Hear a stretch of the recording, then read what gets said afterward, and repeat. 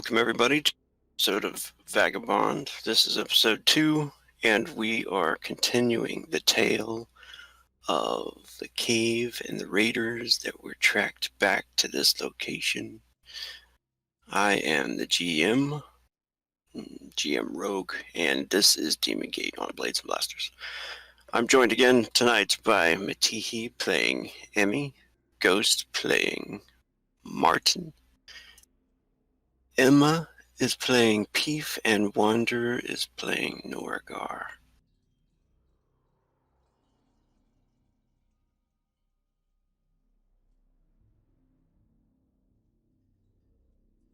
Oh, that's the wrong place. Alright. Should be back still in the same location there.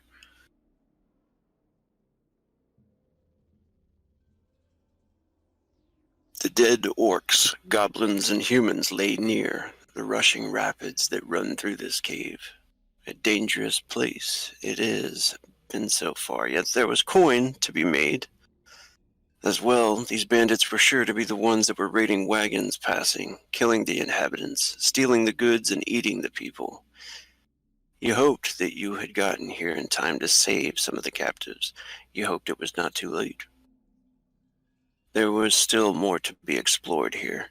As you step over the bloodied bodies of the raiders, you look onward into the darkness of the cave, quietly listening over the sound of the rushing water for any noises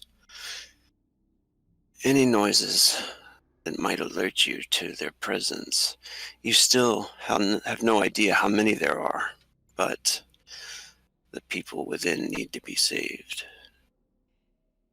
Alright, so you guys can go ahead and take it away here. Yeah. Emmy, she's kind of rooting around some of the bodies, but a bit of a distaste for this sort of thing, but knowing that they would need to bring some of these things along, she does search through them. Around her neck, she attaches a fur cloak to keep herself warm as the weather gets colder and colder, slipping on some boots that seem to be just her size. She finds a water skin. She kind of pounds against the palm of her hand, feeling that it's empty. She kind of tilts back and looks up into it, shrugging but putting it away. And she looks at the others, looks at Peef, and says, do you say you heard some more coming? No, that one was calling for more. Oh. She nods and says, all right. Let's, should we just stand here and wait for them to come?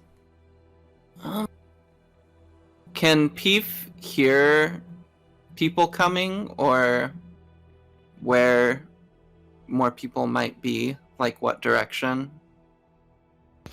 All of you can make a perception check if you like, or listening if you want, if you have that skill.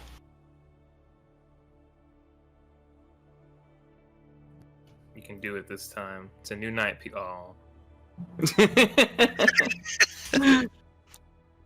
Ah, yes.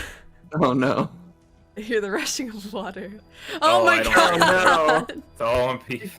I got the highest. No, of the I rolled a 6. I know. Oh yeah, okay. Yeah, nothing but the sounds of the water. You did, I think before I had explained that you might have heard some shouting like deeper in, or maybe some rustling around. But yeah, at this point it's gotten quiet. You feel like there's still more, beyond the darkness, because you definitely heard something before. And he was calling for more earlier, but it seems like nobody else has come. So it's kind of up to you guys if you want to wait or if you want to brave the dark tunnel. Norgar's gonna just say to the others when he realizes no one's coming right now, he says, "Give me a minute." And he goes back, and you can see he's looking over the bodies. He he's very matter of fact about it.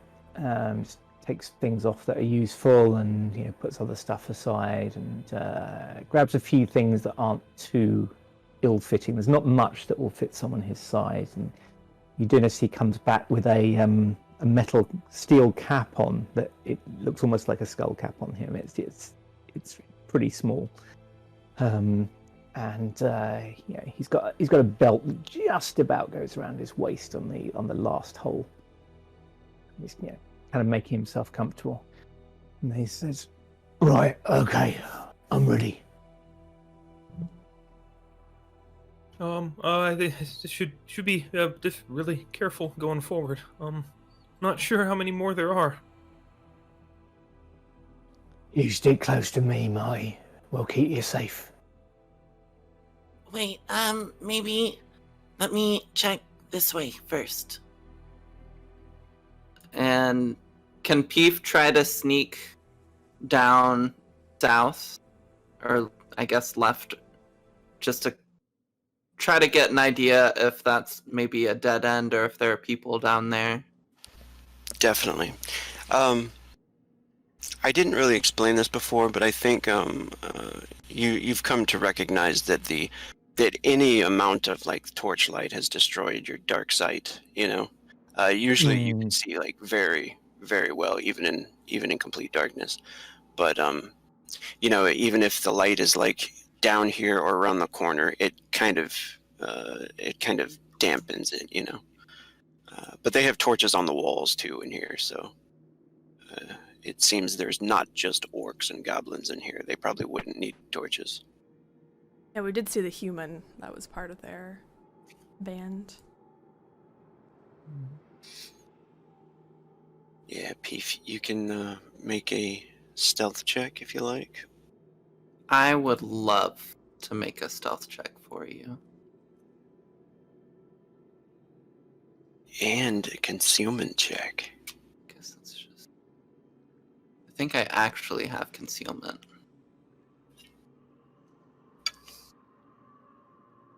Might You even do. have both. You should have them. I You don't should have them on the buttons. I think I set up everybody's buttons for them under your skills tab. Ooh, nice. So that's concealment, and for stealth, I just roll dexterity. Not bad. You actually have the stealth skill, according to this. Let me see. Do I? Yeah, What class are you? It said I had 0. I think. I might be wrong. I might have just given it to you because I was like, Yeah, it just says 0. I don't have a rating in it. oh, okay. I made you a button when you didn't even need it. Okay, so that's good. You definitely disappear and you start to go quietly. You can go ahead and move at least your max movement to wherever you want to go. Okay. So I was there. So I technically have 2 more hexes that I can move. But getting here, like, are these 2 big steps, or what is that? Yeah, it does look like it drops down 2 big steps. But not big enough that I need to worry for my safety or health, right? No, easily. And then I traversed. see, like, a torchlight. Yes, you do see that torchlight down there. No sounds at all coming, but from that area. But there is the wavering light of the torch back there. Okay. I think maybe move here.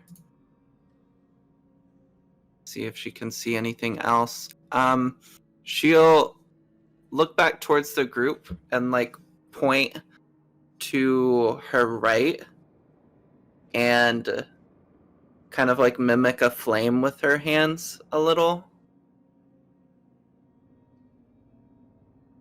And then she'll... Is it okay if I move back? Oh yeah. Okay. So yeah, she'll move back. There's a flame at one part of the tunnels. I guess she'll just real quick look over here.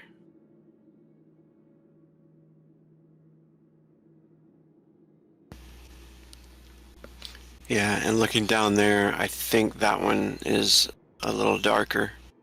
Yeah. Yeah, anything that your token can see is pretty much what you see down there. There is a slight breeze that seems to be pulling the air that way. The air kind of moves that way easier. Okay. Like you can see the hair, moving. Just when you step into this passage here, your hair moving, but nothing else. No other movement, no sounds. Okay. Up there, there's another, like, tunnel, but it's really dark, and there seems to be some, like,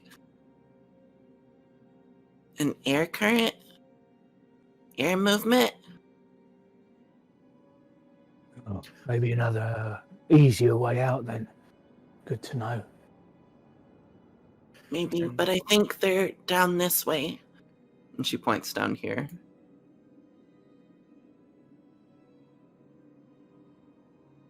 And so, do we go to them, or how should we do this?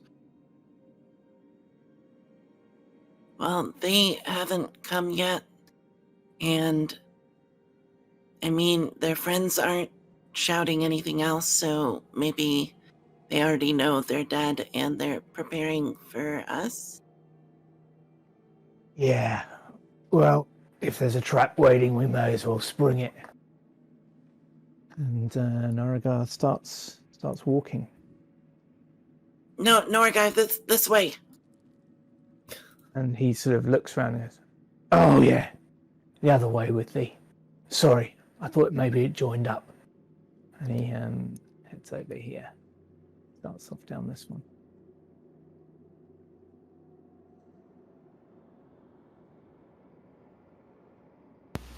Yeah, you can see the big steps. You just easily traverse them. And there's the passage that continues down to the southeast or to the west, where I think you can see a little bit of light coming from that direction. I'm not seeing it, but if you say west, then take this way a little bit. So over here is the Yeah. west, isn't it? Okay. That way a little bit. Oh, now I can see it. Yeah, around the corner. Yeah, you can see Yeah. definitely firelight flickering on the walls. Okay, so Norigar sort of puts his shield up and hefts his hammer and kind of nods to the others to indicate the direction he's going. Can Peef investigate this way really quick? Mhm. Just make sure that they're not going to get, like, backstabbed. Yeah, you notice the smell of alcohol as you step over here, Peef. You notice the two cots on the ground. There's a barrel, there's a short bow, and some arrows in an old wooden crate. Okay, yeah. She picks up some arrows. You can roll 2d6 of those. These are sheaf arrows. They actually add +1 to the damage. So you get 7. Looks like some broken bottles of ale, perhaps. Somebody was drinking back here.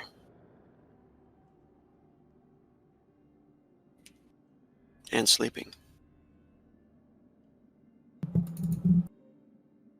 Yeah, she'll want to, like, search around, but she's gonna probably run back to the others.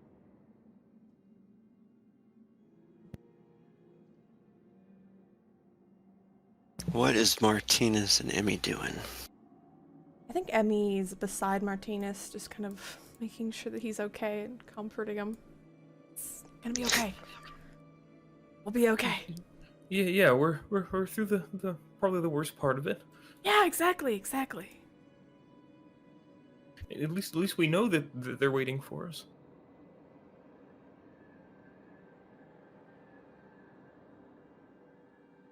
Yeah, Martin is just preparing one of the witch fires and hoping that the dead alchemist that he took them from knew what he was doing when he brewed them.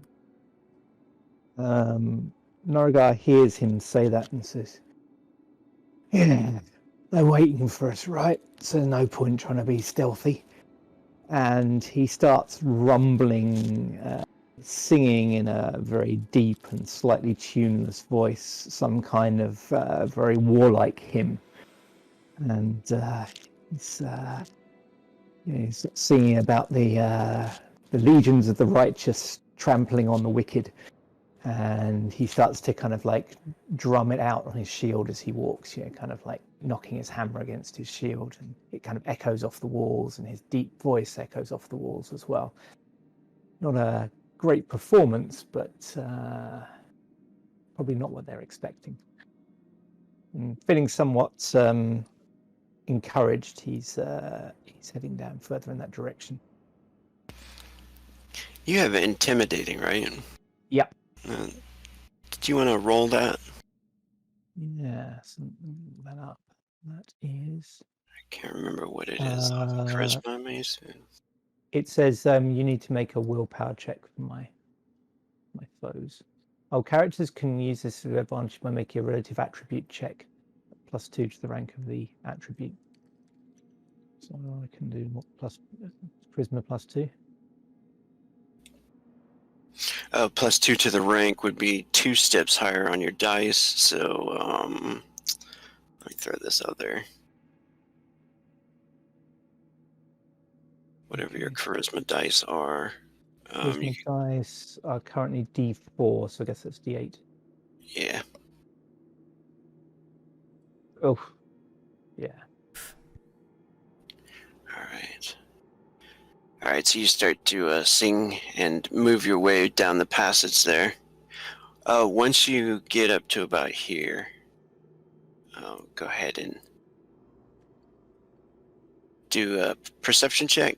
Peef can roll as well. She's right behind you. Should I check the cat sheet? Christ. Oh my god. You've got Ivo luck now. Fuck. How many dare is that? It's the tree limb in the face. Our guy's blocking the way and Peef can't see through his legs. Yeah, that's good. All right. Moving up into this area, you actually, let me make a check real quick.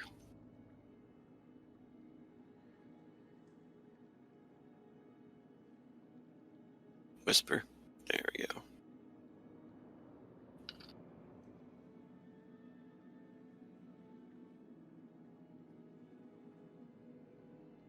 Okay. Yes, you do not notice anyone in here. It smells, Norgar. You can just you can gather the scent of goblins. Their urine, their fecal matter. You can smell the alcohol in here. It smells like rum and ale. Sweat. People have been living down here for a while, and it seems that there's crates on the ground next to the lit lanterns and the bed rolls that they've made from like wicker and things like that. There's some barrels. All of this is like goods that they've stolen. You can see still fresh fruits that were probably going to be taken to the marketplaces of either Northwater or Dragonguard Keep. But no signs of anyone. It drops down here, down a ladder, down to a lower area, and over here it goes up to your, I guess it would be to your character's right as you enter into this place, where there's seems to be bedrolls up on a ledge there. And the passage keeps going to the south and southeast. There seems to be another passage. Hey, Norgar will turn around to Peef and say, "Cover me, will you?" And then he starts heading down the ladder. Hey, he'll put his he'll keep his shield in his hand. I guess he can, as long as he can still grip the ladder. Put his hammer in his belt. And, just go down Boy. Yeah, definitely. And as you do that,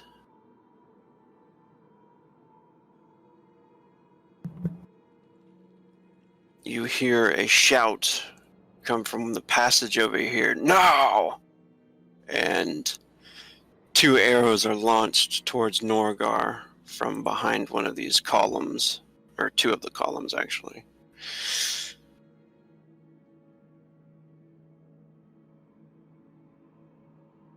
Unfortunately, it's a snake attack, so Right. this first one is anyway. That one hits. The second one you can defend against. Okay. So I guess I'll try and use my shield for the second one. Yeah, 17 for the second one. Not quite.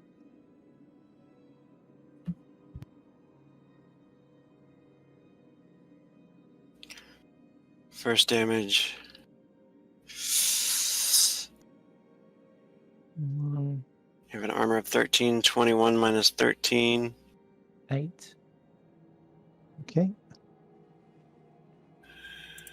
And the second one, not enough to knock you off the ladder. The second arrow, though.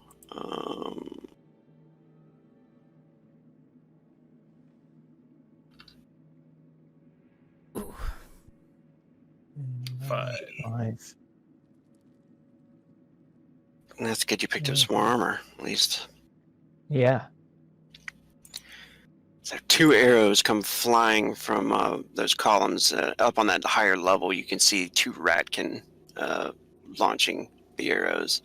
We're gonna go ahead and start off initiative now. Just hear Norgar rumble. Sneaky little bastards.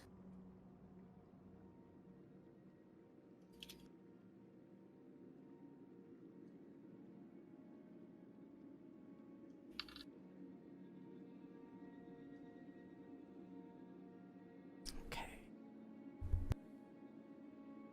Those 2 ratkin just went, so they're gonna go last. That's good.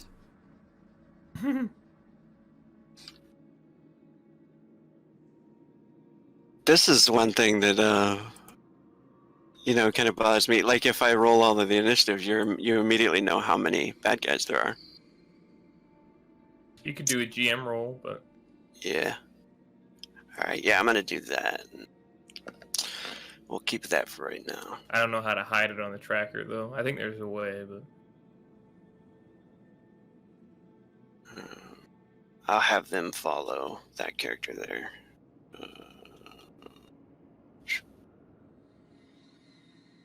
maybe like a group initiative roll. Hide a couple. Yeah. Yeah, that's a good idea. Here we go. All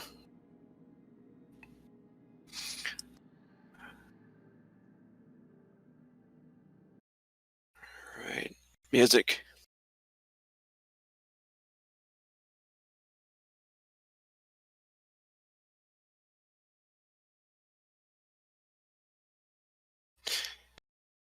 After the 2 arrows come flying from the ledge there, you can hear the shout of the others coming from the 2 hallways.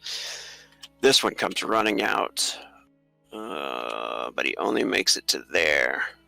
An orc, he comes running around the corner with a short sword in his hand.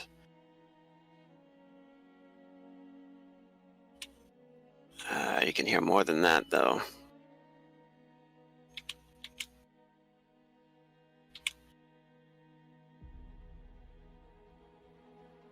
It's Emmy's. Okay. All right. I don't think I can. Oh, wait. I can't. I don't think They're I on can the reach ledge them. up there, if you Yeah. can get up there.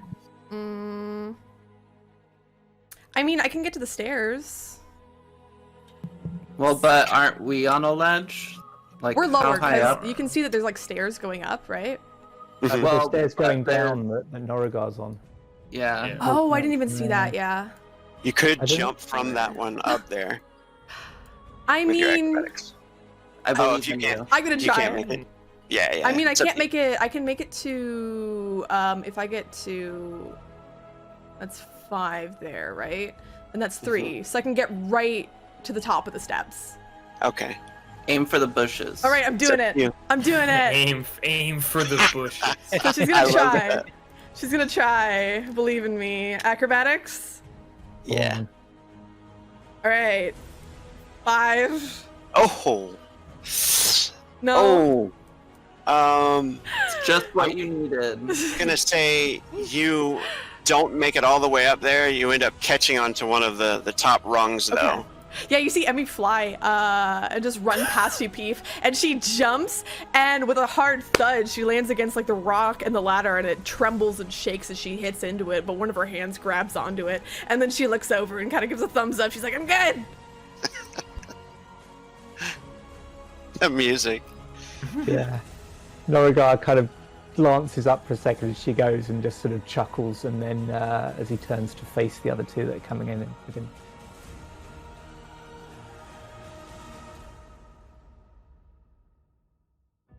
Let's see what he has. He is 2 hexes away from you, so he cannot quite reach you because of his weapon. Yeah, he's got an axe in his hand. It's just not long enough. If he had a spear or something, that'd be different. But he's charging at you, and he's just running full speed. That orc right there. Norgar, it is your turn. Okay. So I'll step up to meet him just as he kind of loses his impetus from the charge. I'll step in to meet him. Is that close enough there? Mm-hmm. Okay. So I'm going to step in to meet him. Kind of. In fact, I might just step slightly further. No, I'll go here so the others have to move. And I'll try and just clear the ladder a little bit, but enough that I can defend it. And I will attack this guy here. Cool. So I'm just going to make a heavy attack with my stone hammer.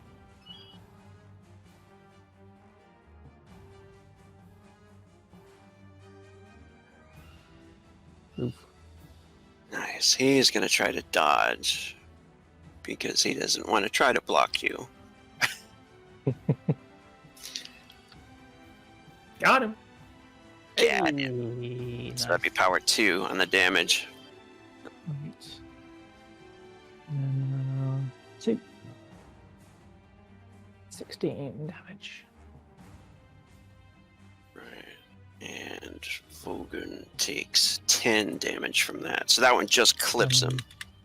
And I'm going to burn a couple of frenzy. Do I need to burn frenzy to attack again? I do, don't I? Uh-huh. Yes. Yeah. I'll burn another couple of frenzy and do another heavy attack. All right. Are you finished with your movement? You're done with your movement phase, right? Yeah. Okay. So I'm hammer. 2 action points. Ooh, not good. Ooh.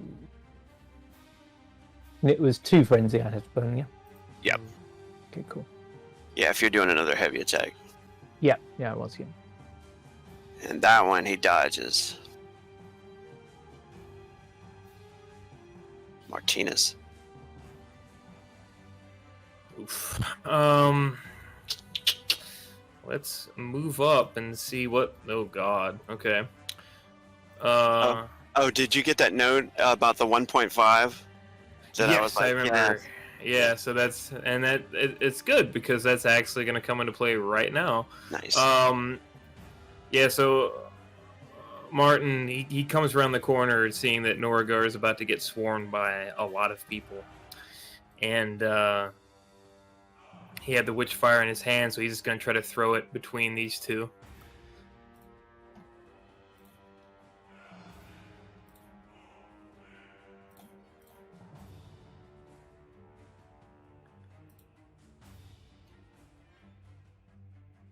That ain't bad.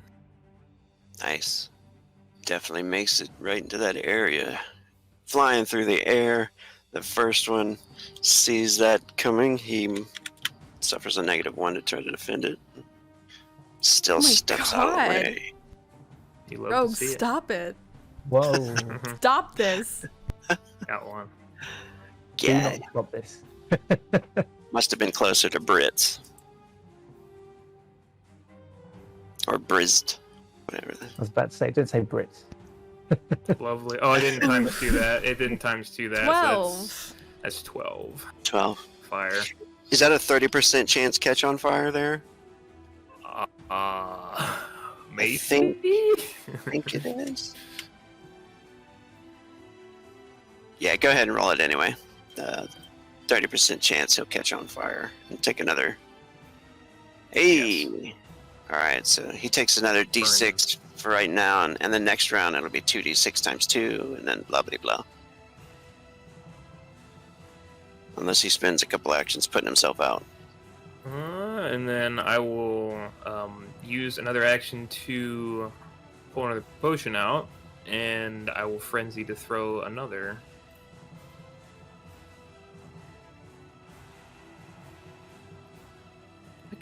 I can make that. Yeah. I'll throw one there. So yeah, Martinus just starts throwing bombs everywhere, basically.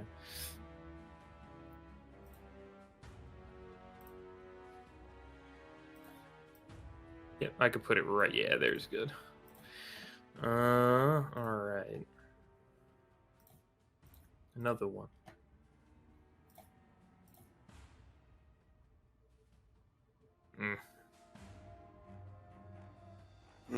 What's the range on that? 8. Oh, that's still good. Okay. They still have to dodge.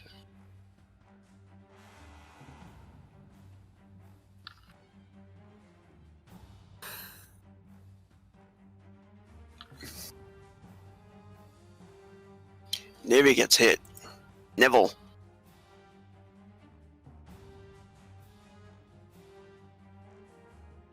This would be power 2. Hey, there we go. And is he on fire? No. Alright. You can do another d6 on this guy down here that's on fire. Exploding. Another 4. Alright. And that's it for Martin? That's it for now, yeah. Right, Mog.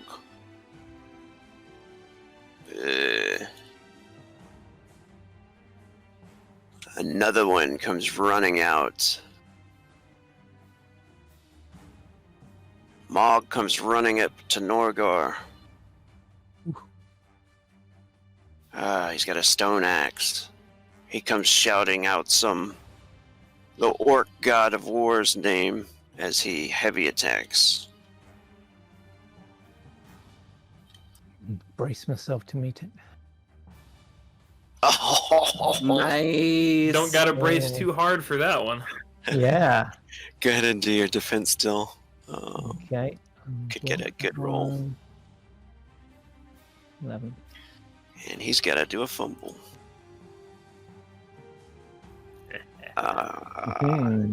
So he does. He takes the chance. He burns his 2 frenzy. Trying to do a heavy attack again as he totally misses, chops down, and tries to attack again. This time he suffers a burden with his heavy stone axe. So I got to roll this twice, and we picked the lowest one.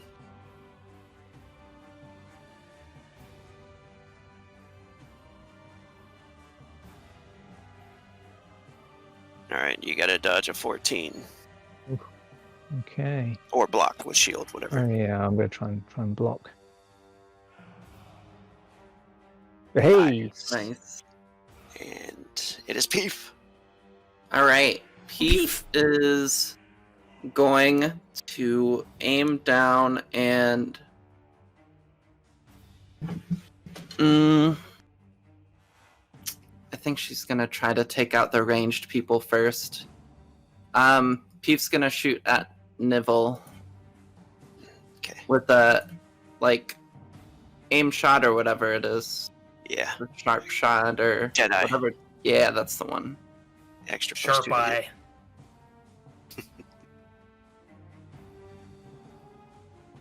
Extra plus 2, yep. 21. Nice shot. Nivell's like, oh, I'm on fire. And then gets hit with an arrow.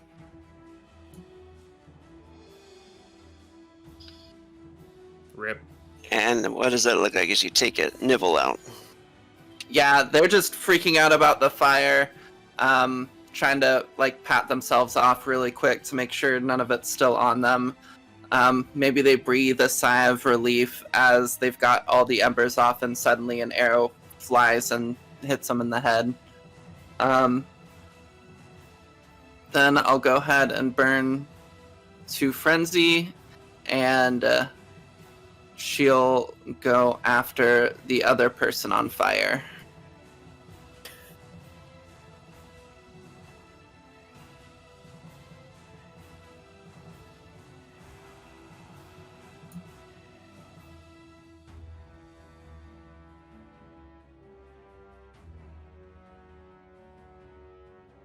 At Brizzed? Yeah, Brist.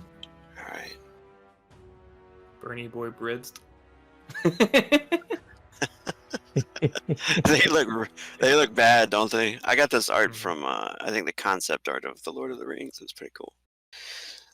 No, you found it somewhere else, right? Oh yes. Oh, that was terrible. And, free concept art.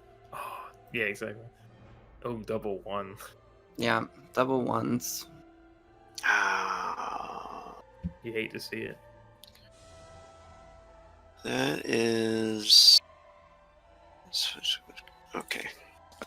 Armor. Brizzed is still hard. He's still standing up with an arrow sticking out of his chest. Who's next? It's him. It's Brizzed. Mm. He's like, nice. Actually, just as a reminder, you said Nivell and whatever this one's name were gonna go last, and you didn't actually put them on the turn order. No, they're on there. They're on there. They were last. Wait. Yeah, they're on. They have one. Yeah. Oh, they should have been after Peef. That's true. They should have, huh? But they're before. Wait, what? Yeah, because Briz is at 10 and Drama's at 9. I think I just put them Yeah. lower. Yeah. So thank you. I will move. Nivell's dead, so we'll take him out of there. So Sliptick. That's a dangerous name.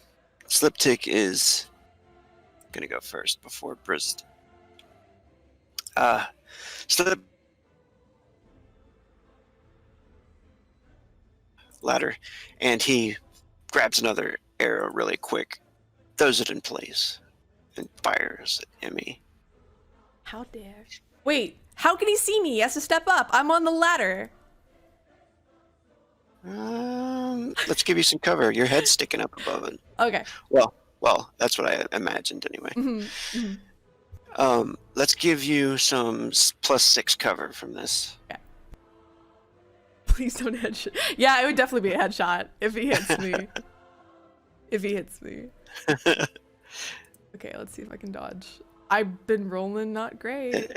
So. I mean, you have an automatic +6. Well, not +6. He just has a Nice. -6. Nice. All right. Yeah. You'd have +6 cover. Yeah. He fires. It skips right over your head. He is going to. That's it. That's all he's gonna do. All right. I'm gonna step on my fingers. He's not gonna come closer to you. Oh, well. Frizzed. Alright, Briz charges over to here. He is going to take his axe, or his short sword, and attempt a heavy attack.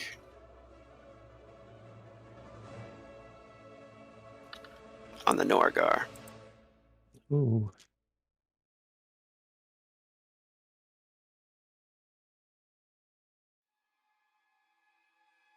Yeah, Norigar almost, you know, in a normal situation, this would be a effortless parry, but in this case, he's frantically trying to parry all three of them, so he's working fast. It's a hurried parry.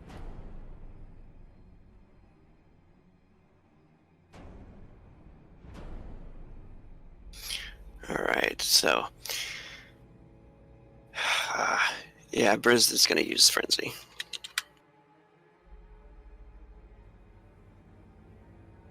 Heavy attack, short sword.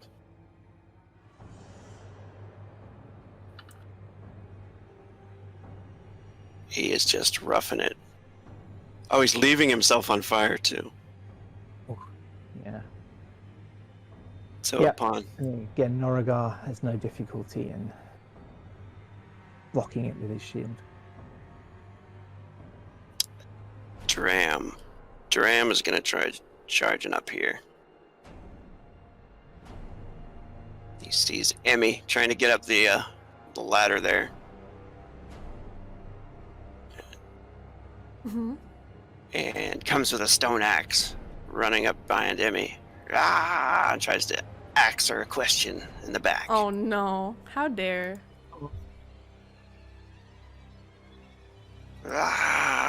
Come here, lad. Do I have? Would I have a minus to this just because I'm on a ladder? No, I'm not gonna make you have a minus. Yeah. Emmy looks down at Dram and says, "It looks like you need to step your game up." Just kicks his stone thing away.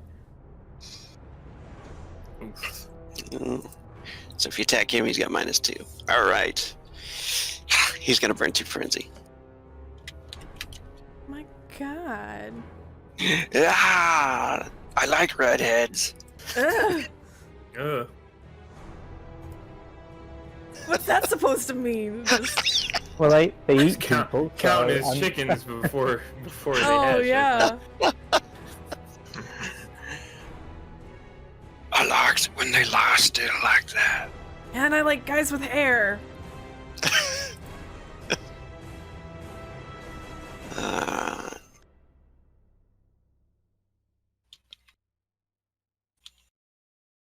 It's her turn, I think. Or is it Fajamar? Pajama. Pajama in banana. I don't know. He moves to there. And you notice this one, bald head, some weird runes carved on his head there. He starts to chant and cast a spell. Oh, bugger. He is going to aim this spell and fire an ice lance at Norgar.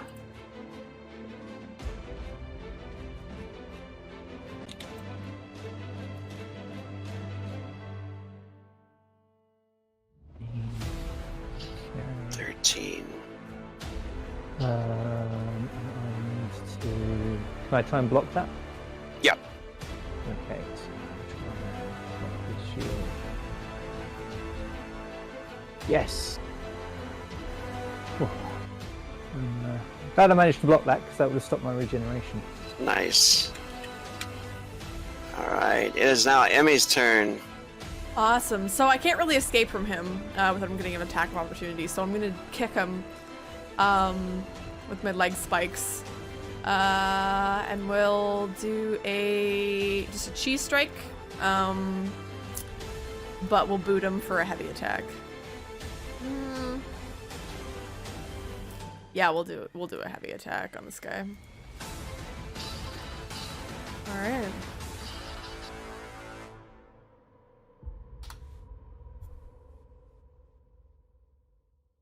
So he's -2 to defend, right? Yeah, he does. Sweet.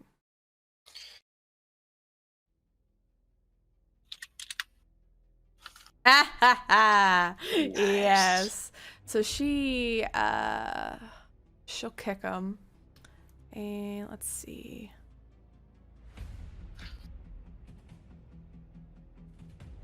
With a Oh my god. Mm.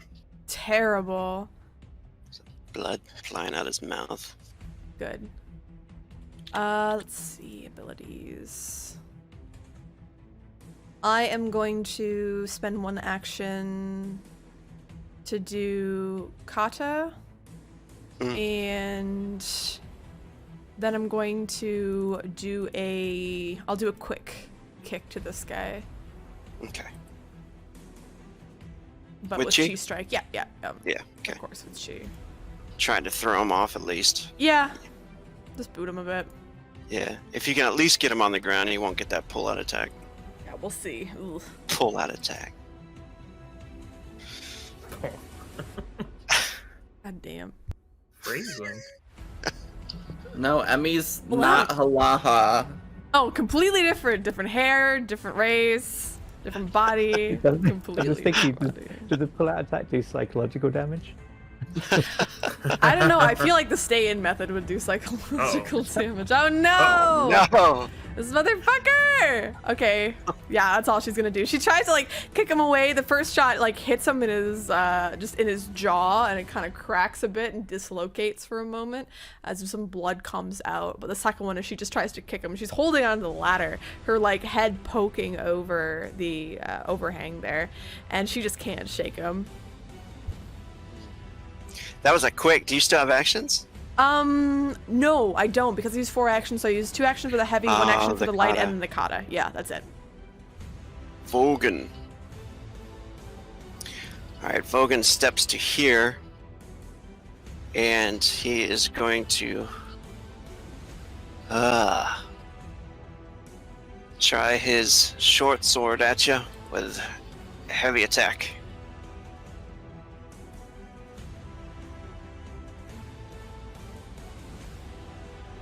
Okay, Noragar's trying to fend off this just kind of array of blows that are just raining in on him.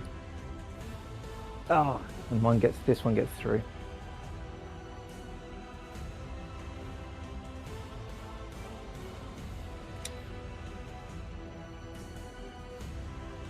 Oh no! 7 more? 7 more, okay. And Noragar grunts in pain. Oh, he's still good. Yep. Vorgan is gonna burn 2 frenzy. Getting low on these. And he's gonna try it again. What? Now you're closed in, so when Mog attacks, you'll probably start suffering the negative for outnumbered. But 11. No. No.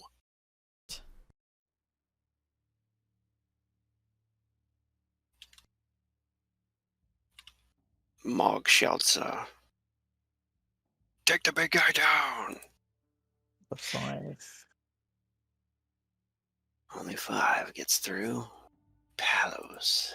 He's going to look for. He looks up on the stairs up there, and he starts to run around this way.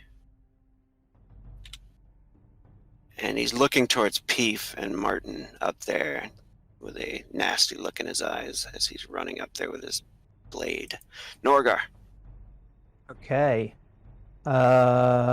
Which of Mog and Vogan looks the least sort of well armored, well defended? Um, Or is either of them less skilled from what I've seen from their attacks? Mog so far has been shouting commands out. Other than Okay. that, I'll go for him actually. Try and you don't have hack, do you? Or cleave, or what is it? I think I've it's got hack. combo attack. I've got combo attack. Oh, okay. So I guess I could spend 2 frenzy and do a 4-hit combo, right? You could. If you want to go all big at him, Yeah. Just try it. let's do it. Maybe a colossal waste of time, but I'm going to give it a go. So. And if you spend don't 2 like the frenzy. result, you can always shout to your god and see if That helps. Oh, nice. Okay, attacks. Come on, God. And 4 action point attack. No. Oh, Let's see what they roll. Just wait. Let's see. Okay, that's bad. Now you can be upset. Oh, now you can be upset. Oh no. No. Norgar. you want to shout to the Oh. gods and see if I anything? or certainly do. Do you want to waste, or do you want to use it on this, or What do you get to use it like once a day or something? yeah, once per combat usually. Oh yeah, I'll use it once. Heck. Because I'm heavily outnumbered and I need to change this. No. Oh. All right, he does get a quick attack at you, which he is going to try. Oh, by the way, I do regenerate though, so I'm just gonna 2d6. Oh, nice. Oh, you've been missing that for a couple rounds. No, this is the Is it? first action I've had. Oh no, yeah, I didn't do it last No, time. it's two. It's 2 rounds. Yeah, could I roll again? No? Yeah. Thanks. And that explodes too if you happen to. Oh, it does. Roll another D6. Ooh, 13, Nice. 17 back. nice. It's like half this hasn't happened. There we go. Oh, trolls. Nice. Oh my God. Oh no, that was a single attack getting the least. Oh my god. These guys. Oh, my yes. goodness. Yes. What the fuck is happening? Parry. So You it's get just he kind of comes in with this counter attack, and it's a really good shot. But Norrigar pulls his shield down at the last minute and blocks it expertly, and then he'll just roar in defiance. You can hit him again. Oh, I Yeah, can. You counter. Oh, Yeah. nice. Counter his counter. If ever you get a defense with natural 20, you get to attack back, a quick attack. Oh my god, another 5? Damn it! Norrigar. Wow, doing well here. Oh my god. Oh, It is Martine. All right, Martinez, turn it around for us. Well, one action to pull. Don't say that, please. One action to pull. Witchfire. Third Could one. someone please kill the spellcaster? I'm gonna leave that to people who can do good damage. So People? Peef. Peef. Yeah. People. Peef is our shooter. Yeah, I'm gonna throw it behind these two, so it hits both of them, but ideally not my buddy. So I'm gonna throw it behind Vogan the Mog.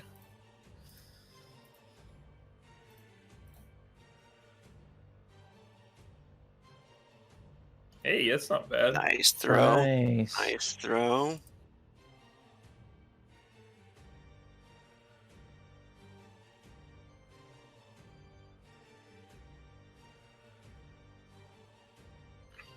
Both hit.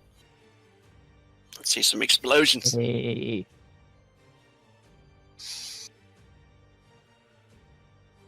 Exploding all over the place. That did not explode. The 6 for some reason. Oh, probably because it Maybe- doesn't have a 2d6 exclamation point. That's why. So roll another 6 times it by 2. 8. 20. Oh no, because it would be before 28. that, so it'd be 6. 28. Yep, no, you're right. I'm dumb. Mm-hmm. Can you go into the thing and just put the I explosion? will fix it. Yeah. Okay, total is 28. Yep. And Nice. then if we're still doing fire, Yeah, you can do that. they're both on fire. Nice. That was some good love right there. A nice hit drops down on him. Which I'll you can burn give a them both, frenzy. you can give Oh, them both burn it. another d6. Okay.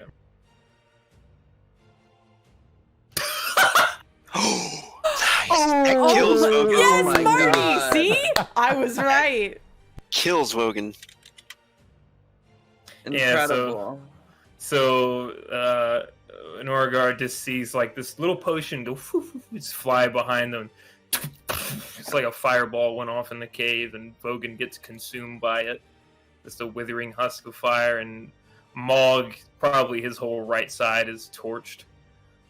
as the witch fire probably doesn't burn too long on the cave floor, but lasts a lot better on the flesh. I will burn a frenzy and turn my attention here to Dram, hearing the scuffling and hearing him say rather crass things to my erstwhile traveling companion. I'm going to go ahead and use my telekinesis that I have, or the psychokinetic that I have, to try to hold him in place. Nice.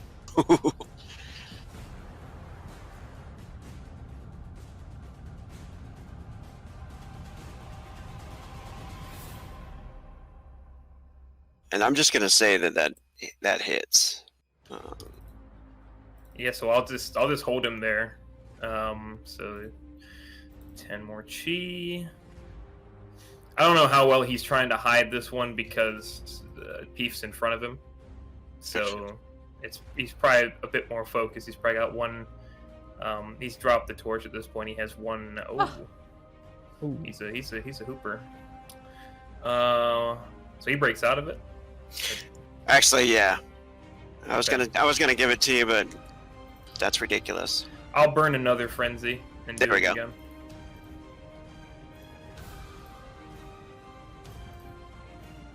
There's a mental defense. I was gonna give it to you as a sneak attack, but then I'm like, oh, it's a mental attack. It doesn't really matter. Oh, it's just kind my God. He's strong mentally, I guess. Yeah, that's it for me. I can't seem to hold him. By the way, Rogue, as Vogan goes up in flames, Norigar will be kind of yelling out as if like it's a quote from something. He'll be saying, "And lo, the wicked will be cast into the flame." Nice. It is Mog. Mog is on the ground from the flames, like on his legs, and I give him a willpower check right here.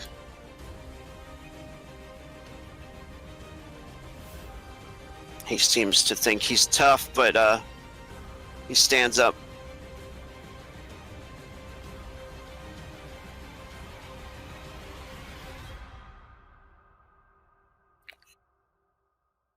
And he is going to shout out again to the god of war, Kron, and try to heavy attack you.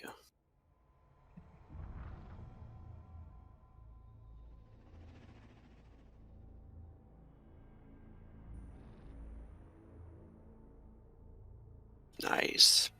It is Peef. So you had said that this one was looking up at me and Martinus, right? Yeah, he's running towards you guys. Will he be able to Okay. get to the ladder past me? You might just try to Yeah, climb if because you're and engaged, I think. He might be able to squeeze behind. He can yeah. sneak behind me. Yeah. Yeah. Okay.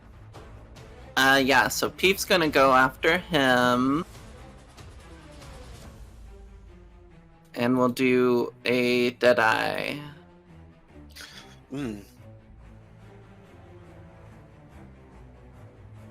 He does have a throwing axe. Maybe he's getting his throwing axe out. That's what he's doing. Deadeye shot coming at Palos. Let's see. shoot him in the eyes. Oof. Oh, no. Oh my god. Wait! Sorry, I have an idea. I'm gonna spend 10 chi. P, you're blessed. You get a +1 to that, so you hit. Oh my god! Yeah, brain. baby! You babe! Big brain. Nice. What does that look like? So, I don't know, like somehow you're inspired, I guess, by maybe Emmy kicking someone off of her ladder. So let's see. So I will give you, so she basically kind of mutters under her breath as you take an aim, and she says, "Oak Father, please bless this tiny little goblin to hit." And yeah, you get a little +1 to hit. I love you. You know. For that split second, Palos sees her beautiful red hair in the torchlight. Catches him for a second. Off guard, gets hit in the side. Thoke. Oh, that knocks him to the ground too. Okay, so since he's knocked to the ground, it would be easier to hit him or harder to hit him from where I'm at, since this is ranged. Easier. He'll suffer. He'll Okay. suffer minus. I'm gonna do it again. Boom. Yeah. Oh, I think does her bless give you that for the rest of combat? I don't think so. I think it's only on one attack.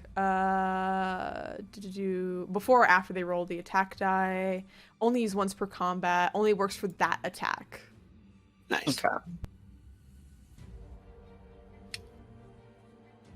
Oh god.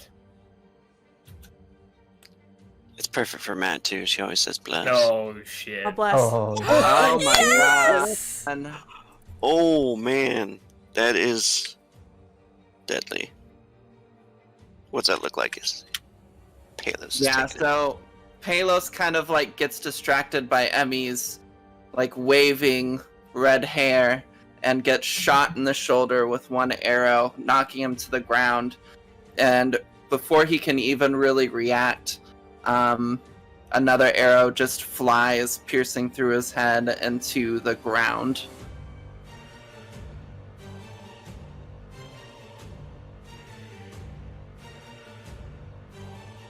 All right, is that Peef? That's Peef. Sliptick. He takes advantage of this and he loads an arrow as Dram is kind of fighting with Emmy.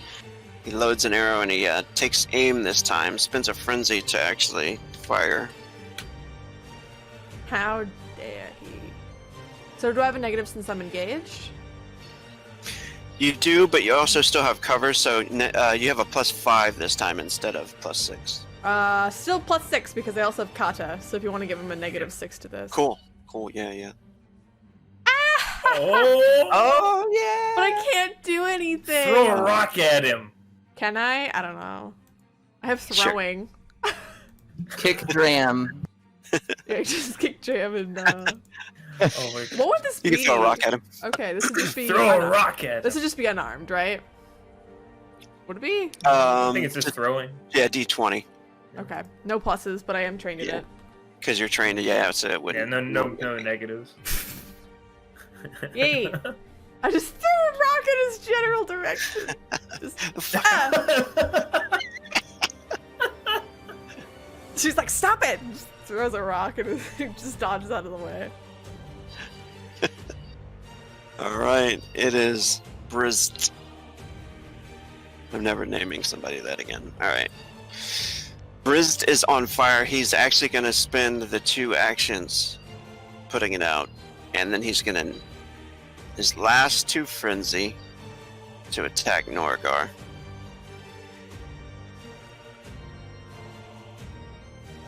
Norgar hefts his shield and tries to defend himself again.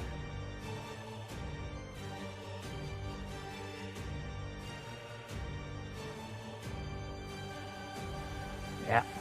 Nice. Dram and Emmy.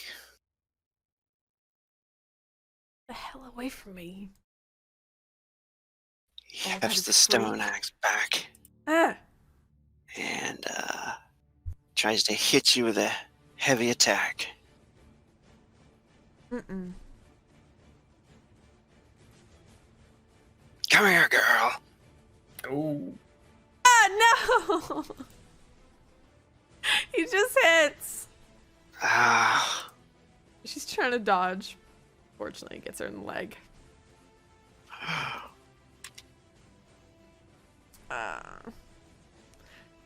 Okay. Not too bad. Yeah, so it's only 11. Hooray, armor. Ah, he didn't have much frenzy left. He's gonna try to grab your leg. Unarmed attack.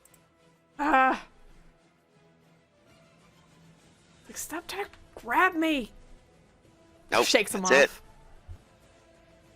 Fajamar. Bajamar seems kind of nervous as he sees Mog burn and the other guy die. He starts to cast.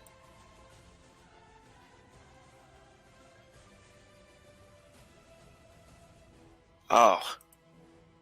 He does see Martinez up there, though. He's going to move over here. And then he's going to fire up at Martinez. Launching those fireballs out there. That one got his attention.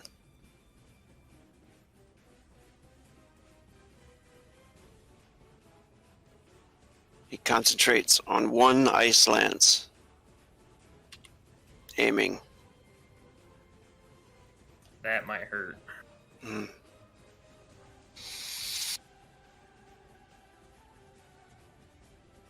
That's gonna hurt. Do you have any, you don't have Astral Mirror, do you? Mm-mm.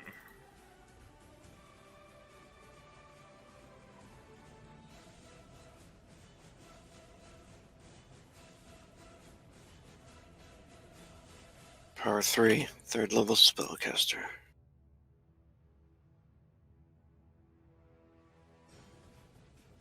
Get your armor and your cold resistance if you have any. Just checking to see if I do. I do have cold resistance. Hey! So it's only 10. Huzzah! Enter waits. Probably doesn't even knock you down, huh? No, Nice. I'm tougher than I look, actually. Yeah. So the ice lance comes flying in and just careens over my shoulder, opens up a cut. It is Emmy's turn. All right, so Emmy, being sick of this guy being creepy and weird, she is going to basically kick off the wall and try to, like, if I can, land behind him and then do tidal wave. Yeah. And I have catfall, so I don't think it'll be hard for me to jump. He can hit me No. from there. Yeah, so she'll land behind him and she will basically try to slam him into this wall. I just pictured it like she. Ugh. Oh. Shit drain, which Not a- is good. Yeah, that's good.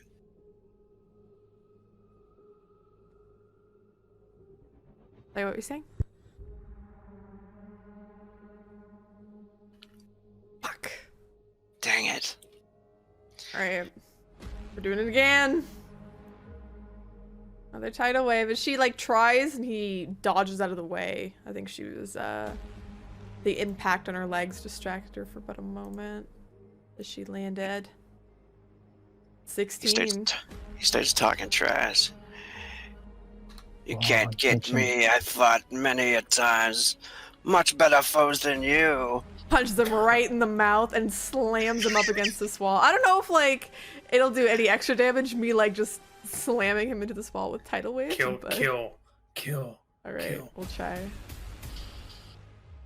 Watch it be the first triple digits that we get. It's not. Stop. Don't do Aki. Don't do it. No, that was a good. This is a good one. Woo! See, we're close. Yeah. So how I do don't you have finish him any. off? Yeah, she just as he's like Nice. trash talking her, he gets halfway through and just punches him right in the gut so hard that he goes flying back and his head hits the back of the rock and splits his head open and he just like sinks down to the ground.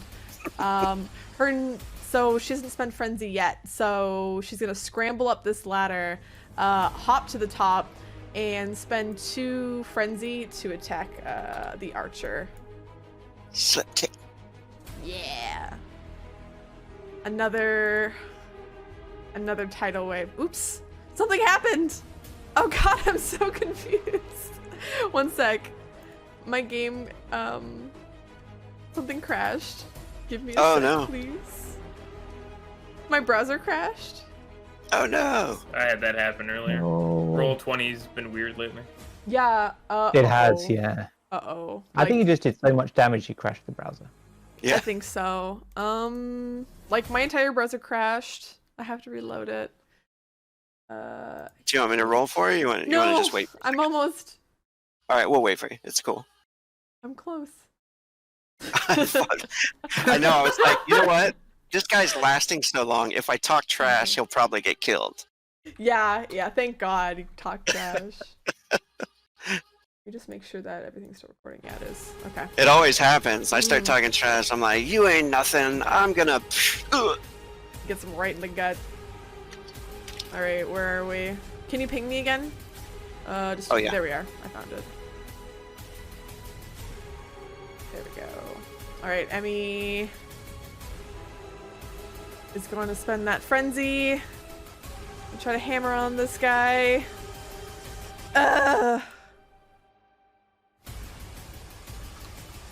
+3 doesn't do anything. God damn it! Oh!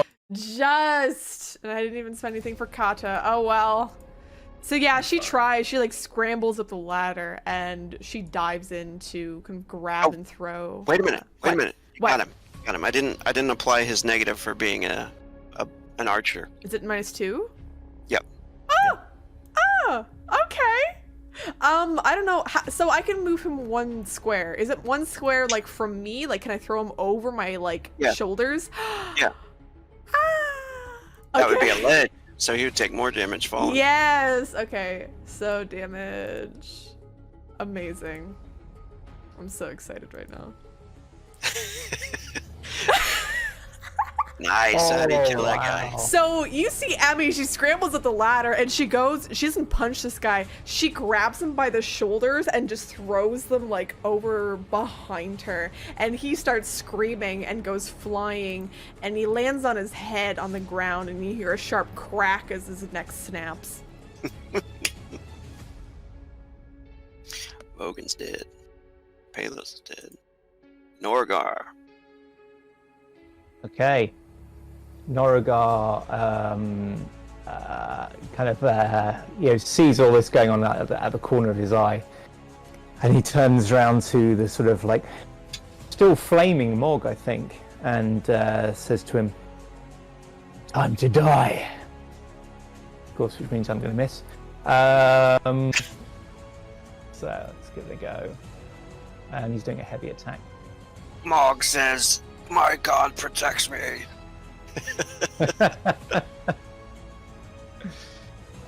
11. On fire, on the ground.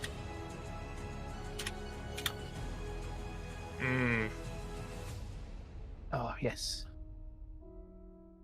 So I've got Stone Hammer and Power 2. He's in quite a bit of fire now too. So if he does live, Oh, no, and he doesn't. I also need to regenerate as well. I was gonna say, when it comes back around to Martin's turn, we got to give Brits some fire damage and Mog, but he's dead now. What's that look like? Yeah, so he sort of says, "My God protects me," and then basically Norigar just like smacks him in the head with his stone hammer, leaving this sort of bloody mess of his skull, and then it's just wrong.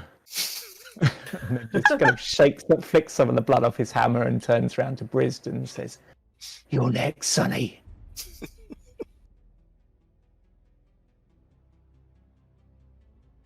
All right, and you can burn 2 frenzy and heavy him if you want. Oh yeah, let's do that. I'm gonna roll. Getting through the frenzy fast, but what the hey?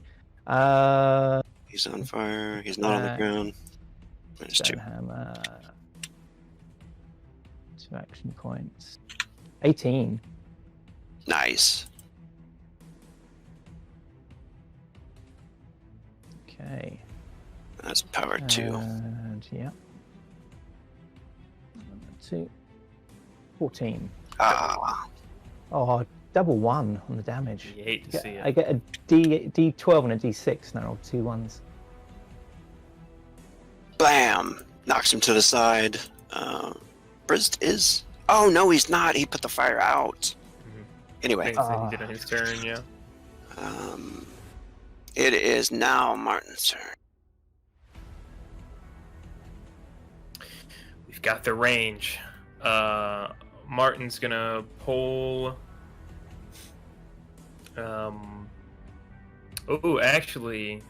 After getting hit by the ice, he gets a bit upset.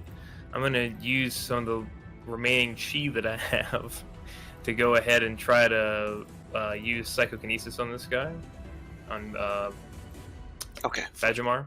Yeah. Words. So try to do psychokinesis first. That's not great. Dang Here it. we are. Aw. Everybody ate their Wheaties today, so scratch Yeah. that. I'll use my other action to pull out a Witchfire and a Frenzy to throw it.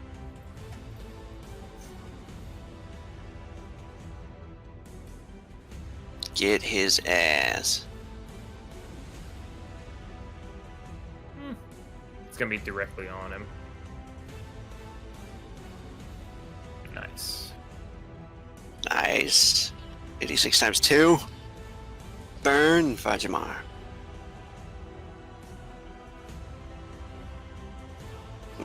That's nice. He's not on fire. He falls to the ground. That's it for Martin. Mog. Is dead. Mog is dead. Peef. Pete's gonna shoot Brits. Don't shoot Brits. Don't shoot Brits. It's good. It's brizzed. Don't shoot Brits. Brizzed. He just got spun by Norgar. Oh, Motherfuck. Oh. it's fine. Just pull Damn. 20 back. Nope. Nope. Crap. Okay, I'll spend my last 2 frenzy and do it again.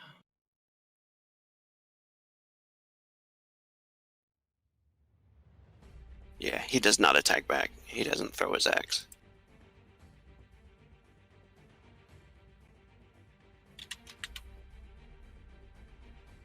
Darn. What a beast. Slip Tick is dead.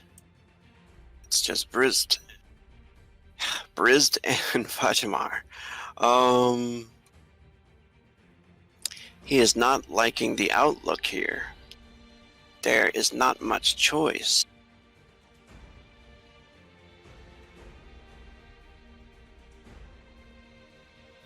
Brizzed is going to try running. But you got to pull out attack, Norgar. Okay, let's give it a go. Single action. What do you want to do? Single action. Yep, I'm going to go for it with my hammer. Chop the hammer on him. Yep.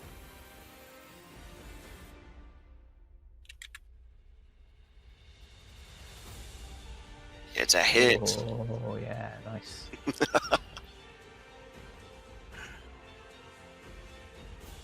And what's that look like as it kills him? So yeah, he turns to run, and as he does, Norigar just takes a little bit of a backswing with the hammer and just smacks him around the back of the head, and he just goes flying and lands at Pajama's feet in a sort of bloody mess. And Norigar will point the hammer at Pajama now. Fajimar. He's on the ground at the moment, and he throws his hands up in surrender. And please, don't kill me. And we are out of combat now, so you guys are free to do what you like. Emmy pushes some of the hair out of her face, panting a little bit. Looks up, looks over, sees that Fajimar has given up. She begins to slide down the ladder and look to the others. And she says, should we, we should ask about where the others are. Do they have any captives? Yes, absolutely. Or Emmy, are you okay? Did that psycho do anything? I got, she's got a few scratches and bleeding a little bit on her arms, but she shrugs and says, I'm okay. Wasn't too bad. Oh, good. Good. Are you okay? I think something ripped open my cloak a bit, but it's fine. Does he need healing at all? I am 10 hit points down. There's a cut over his shoulder that he might be playing down. I'll let's see. 10. I do 5. It's 15. So you get back. So she like puts a hand on your arm. You kind of feel the her own chi flow through you, and you'll get 5 hit points back. You notice Fajamar's kneeling and he's starting to pray. He's got his eyes closed and kind of. Yeah, Norigar will go over to him and just kind of, not too hard, but kind of slap him around the face. And do spellcasters, is there any way of stopping them spellcasting? I guess we could tie him up if we had rope, but I'm not sure we do. Yeah, if you bind their hands, he can. Usually they call it a mage lock or a witch lock. You know, you can tie his hands up and his fingers. Right. Yeah, we could probably find some. I'm assuming rope's not. Yeah. Keith pulls out twine from her bag. Oh, nice. Yeah, and Norigar will say to him, "Hands out." He puts his hands out. He seems to be like trying to back away to this direction, and he keeps scooting away from you guys. Yeah. But he puts his hands out and kind of afraid. Please, they made me join them. Can I try detect lies on that? Yeah, same. Same seas. Yeah, go for it. Perception. Oh, I don't know. You got the actual skill now, don't you, Norgar? Did you pick I up that skill last do. time? Yeah, I Did. did that last time, so I will. I mean, find it it. seems Where like is he's it? telling the truth to Oh! Oh, I just want to see what. it's a good roll there. Yeah, I think so.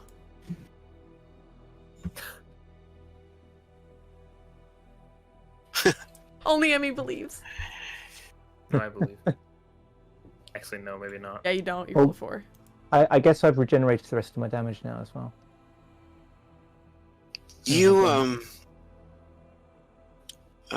Peef, you notice that there are some symbols on his forehead that are carved in there, like really heavy tattoos, you know, almost Hmm. that depict some kind of dark gods, and I mean he could very well be lying. What are those symbols on your forehead? She asks as she's like tying him up. They are demon gods. They carved them on my forehead. Who did? Do they look new? These scars? No, they seem like they're well healed. But there's Who like is- new added blood on them, kind of to define them. You know. Oh, so he's probably used the captives to. Yeah, I have deep hatred of demons and demon cultists. Oh, So I've got severity 4. So Yeesh. I you should probably roll that. yeah. So my that's a target percentile. number is 8. Oh, is Percentile. it? Yeah, so the target number is 8. So it's severity times 4 for a willpower check. Ah. So I'm going to... Peef, standing there, you notice some horrible smell coming from this tunnel here. What's down that tunnel? It is the pit where the unrighteous are sacrificed. Sacrificed? Did you already kill those captives? You can see a little bit of shame in his eyes, and as he looks around, there is still one left. Where? It is in the house. He is locked in a cell. To the northern part of this cave. For someone who says they were forced into this, you seem to, like, buy into it a lot. Yeah, this scum's in on it all. Look at him, he's tattooed with demon marks. Your soul's gonna burn forever. And Norrigar's just growling at him. He tries to move away from Norgar. Obviously. I mean, Peef is like right on him. Yeah, he bumps into Peef as he's starting to like back away. Yeah, Norrigar's gonna grab him by the clothing and pull him closer again. He goes, "You're not going anywhere, worm." Emmy kind of puts up two fingers a bit and says, "Are we gonna bring him back to the caravan? Or, like, judgment?" We should. I mean, I'm certain they'll do what they're going to do, but we should leave it in their hands. Yeah. You're right. There's laws, there's rules. You're lucky. It's more than you gave those that you killed. Scum! And Norrigar's gonna throw him to the ground. Says, "We should rescue this last captive. Can't bear to look at this filth." What should we do? I mean, Martinus kind of rubs his head and he looks over towards where that horrible stench is. What is there anything that your religion says about pits of sacrificing things? Is there anything you should do, or I don't know. Maybe we should cleanse it. I don't know. I'm not a priest, but You guys, fire, and then I'll pray for those who died. Do I know any? Can I think of anything better? I've got theology. Yeah, you can go ahead and roll your theology skill. Oh, I've also fuck. I've also got demon lore as well. If that helps. holy shit! Yeah. Yeah, once you get a good look at those, yeah, they're definitely demon worshipping runes and stuff. And as you look at that pit, you can see the remains of people that were thrown down there. And it's pretty much like stalagmites down there, crafted into or used as spikes. There's bones, and looks like they've raided quite a few times.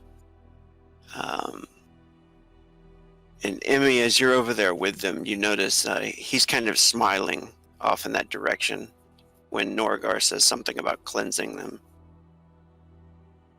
Yeah, she kind of grabs him and she's like rolling him up in one of these, like, I'm guessing they're like little kind of bed rolls almost. Or... Like reed mats, basically. Yeah, so she starts rolling him up in one, just to try and keep him still and unable to move. And she kind of looks down at him and says, "What are you smiling about?" His smile goes away quickly as you notice him, and then he says, "They've already been sacrificed to the demon lords. There's no saving their souls." Norrigar growls deep in his throat and walks over there and just punches him full in the mouth. It just knocks him unconscious, probably breaks his jaw too.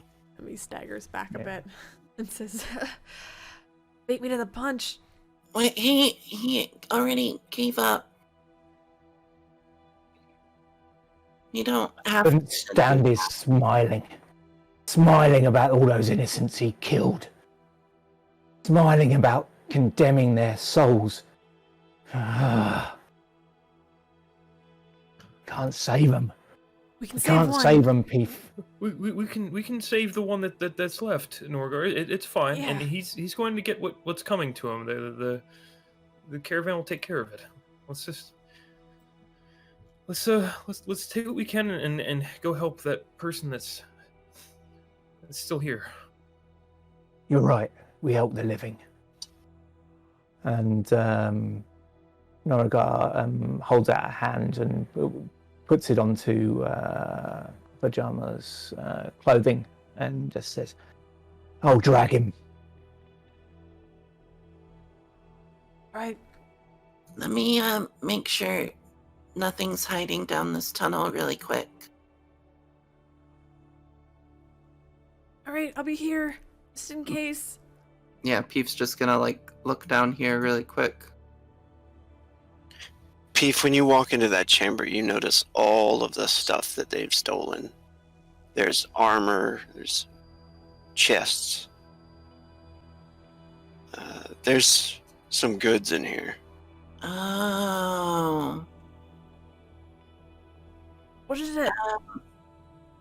It's a lot of stuff.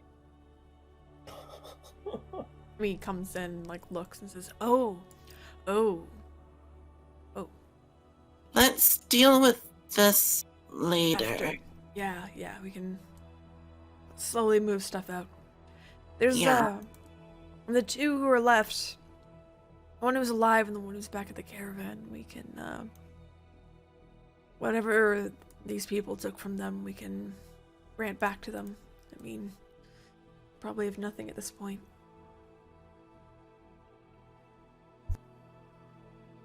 Okay, well, let's go, find the person.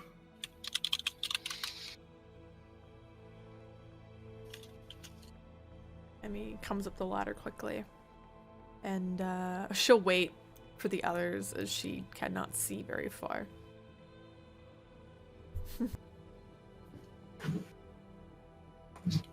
Peef's kind of watching Norgar and Fajamar, just like making sure he doesn't need any help or anything. Yeah. You can tell Norgar probably wants to destroy this guy and purge him. Yeah, but he's not. he's. You can hear Peep as he comes past you that Norigar's keeps looking back and snarling at the guy and is saying, "Make it give me strength. Make it give me courage. Make it give me patience." Go ahead and roll a spiritual roll just in case, Norgar. Maybe the maker will answer you. Ah. Seems like that feeling just doesn't go away, you know. You just so want to crush this guy and make him pay for what he's done. Because you guys don't buy his story at all. Especially the creepy the smile smiling. that we the saw. smiling. Yeah. It was, Oh no, they made me do it. Yeah. Yeah. And I'm going to just grab you guys and move you to the location because it's a couple of Nice. winding tunnels here. Don't want us to Barbie ourselves over there?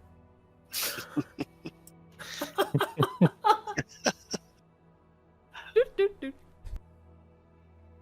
Bing, bong, boom. All right. You see that?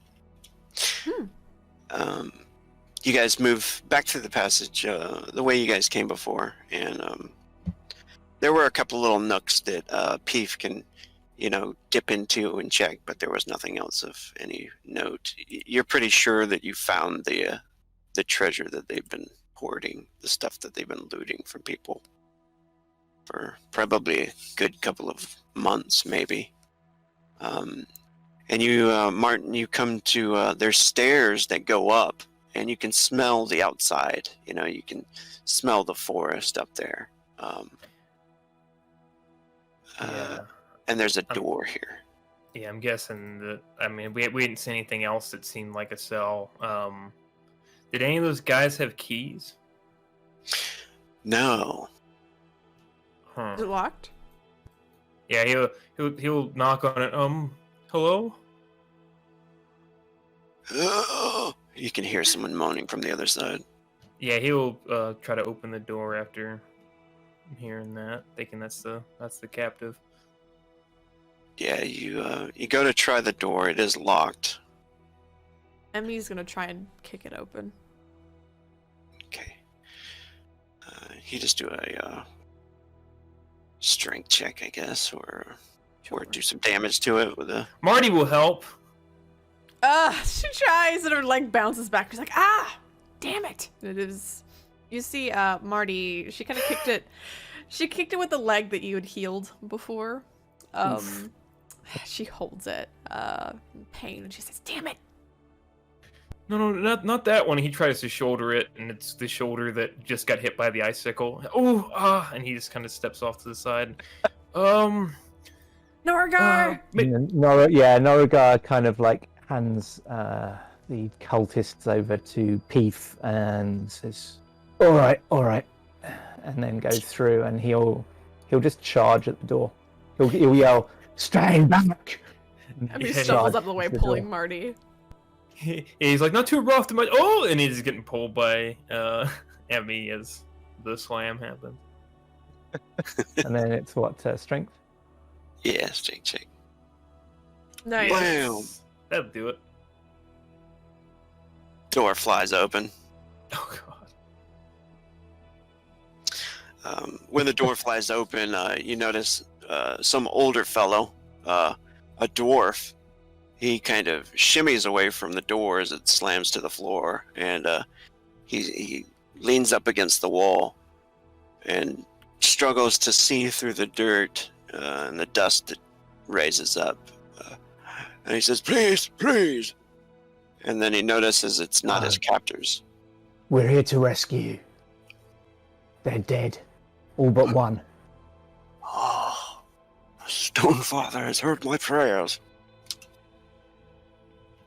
Well, someone has.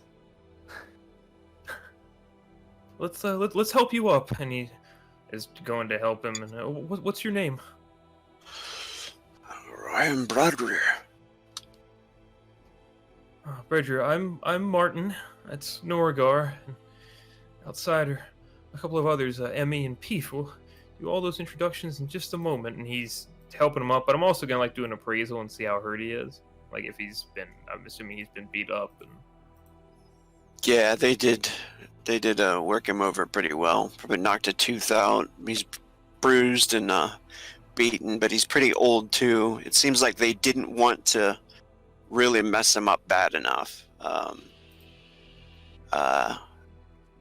They killed, it seems like, mostly everybody else. So why would they keep him alive, I'll do a heal check on him. Do like some basic stuff on my end. What I can do. Emmy will give him, Oof. using her chi, she'll give him like 10 hit points back. Nice.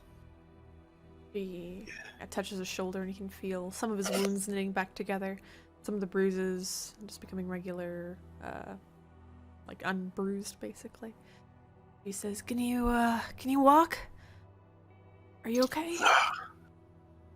And I will be fine. Where is Tamar and Neffel? Are they all right? I'm sorry, but most of your friends are, unfortunately, they're dead. Looks to the ground, and you can tell his eyes start to well up with tears. Norigard comes back in, dragging the unconscious spellcaster behind him and throws him to the ground there and says,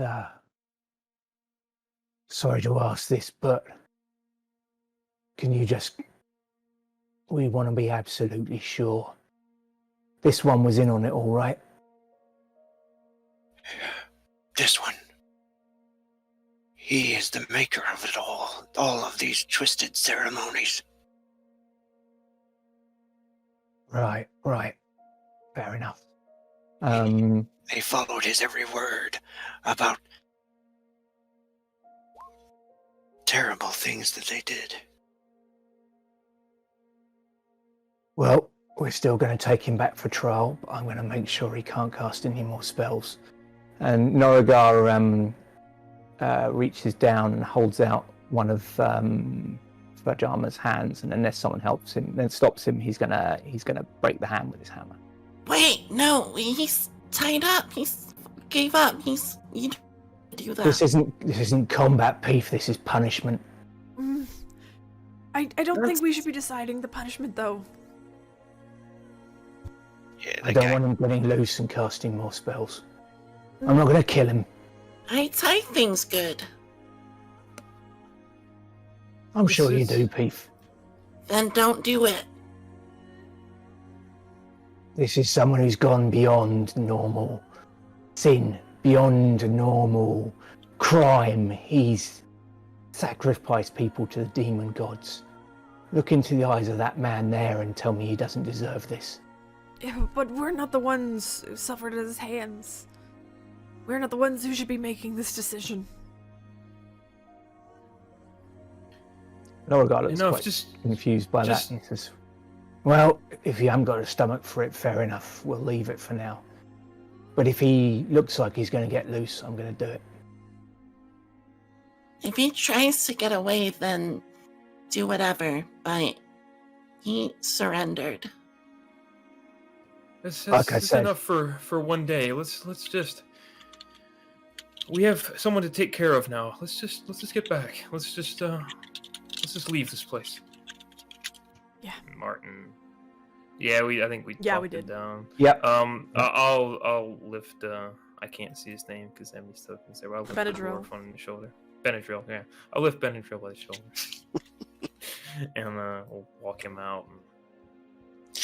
But anytime Pajama looks like he's regaining consciousness, Norigar's going to knock him out again. Okay. Shampoo Yeah. Benadryl. Jesus Christ. You look around for a minute, nobody's looking. Thump. Bradrier is as he's walking out. I'm gonna go ahead and take you guys Yeah, on. Norigar will help him along if he can. Are you guys going up the stairs, or are you going? Emmy will suggest that, she's like, well, why don't you, we should try and grab some of the stuff at least, so we can We should. return it and maybe disseminate it on the, maybe some of the caravan people. And Yeah. some of that could be sold for the poor. That's, well, some of my share at least.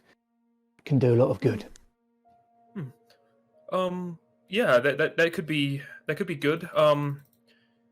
I think Peef and I could probably watch, and I could take care of Bradrier, and we could watch Fajimar. If the two of you, I mean, you look like you could carry the most stuff. So if you could both head back, and we could wait here.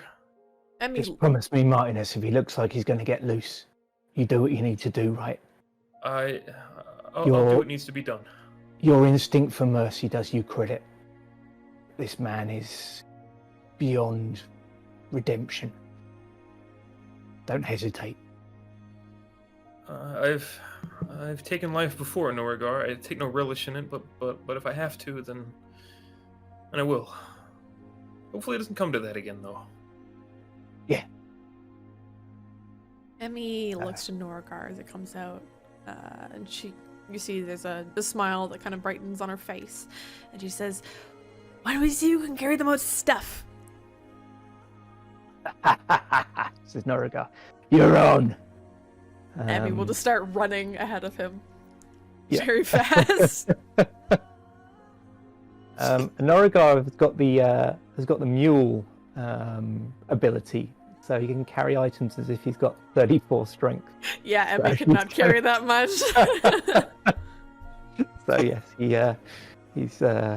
he's chuckling as he gathers up huge amounts of stuff. But I guess he's more limited by what he can actually pick up in his arms than he is by the weight. So Emmy would probably help more even than him. that. Yeah, Emmy would help him like carry stuff, pick small stuff up and give it to him. She wouldn't just pick up stuff up and leave. She would help him out. So, yeah, we'll work together and do that. And Yeah, once they're away from this cultist, Noragar brightens up a bit.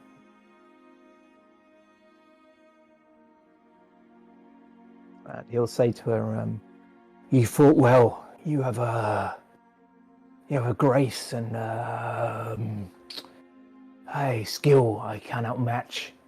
It's very impressive, and you hit bloody hard." She smiles. And says, "Thanks. You did a great job too. I just had I was fortunate enough to have a good master who trained me." He'd be proud of you.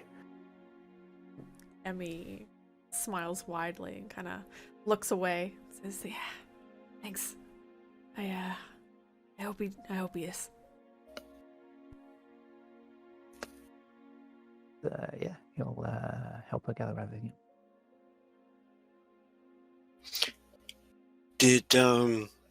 Okay, so did you guys stay down here in the sub-level area, or did anybody go upstairs, or did you guys go back to the cave? What do you want to do?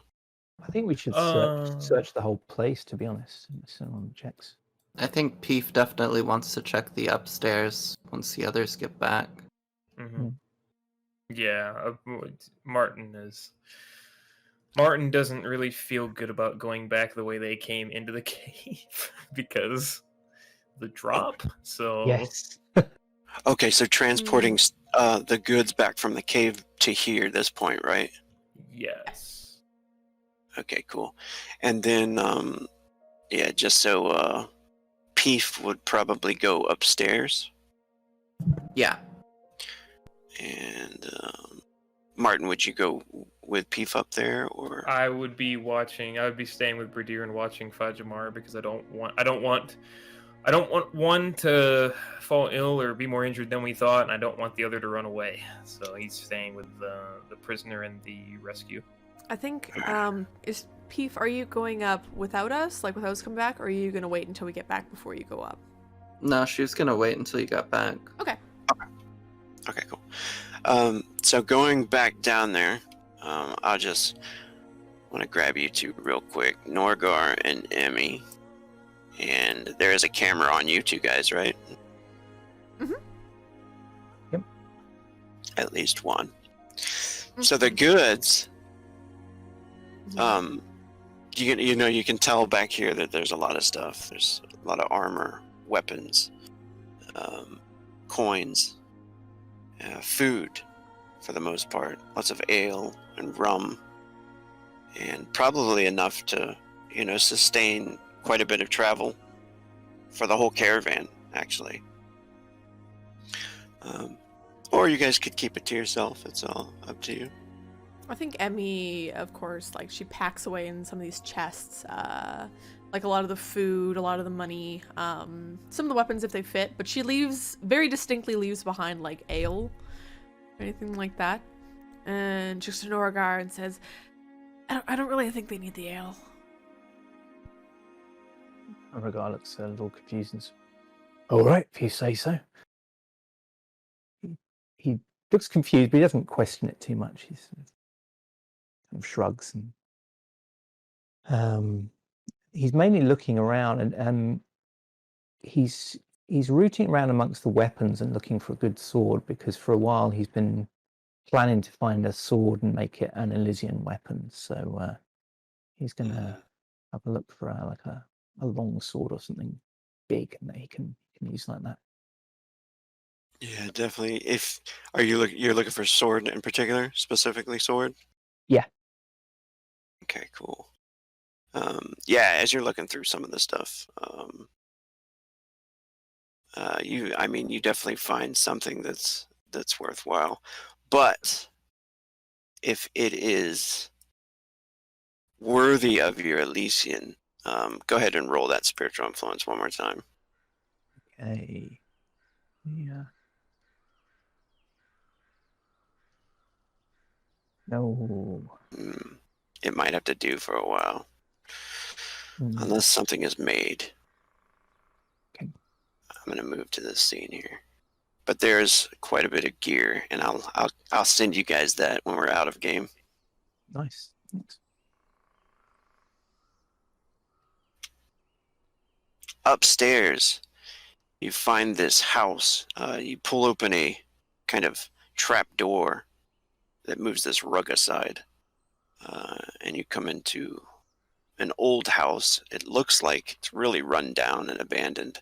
It's nighttime now outside in the forest. And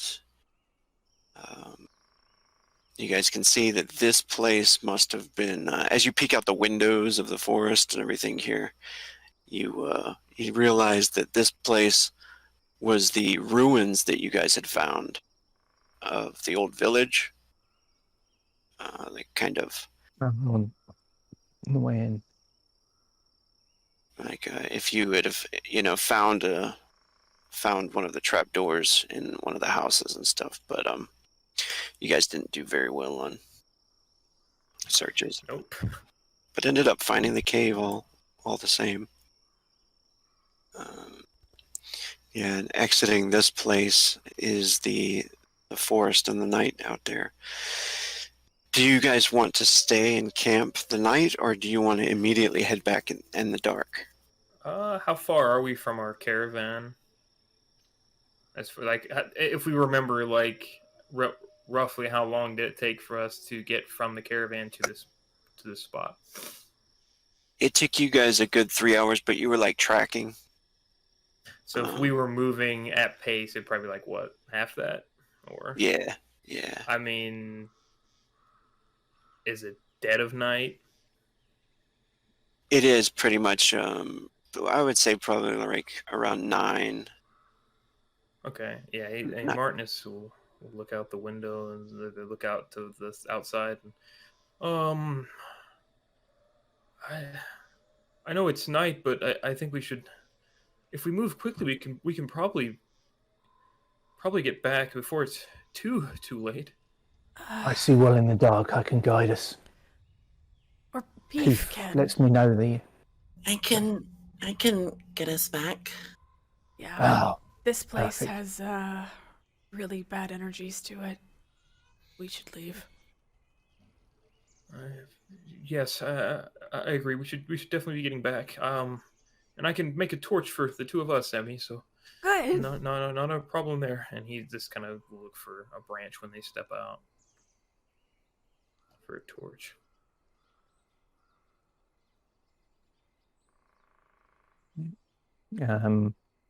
Noragard drags the perpetually unconscious Fudge with them.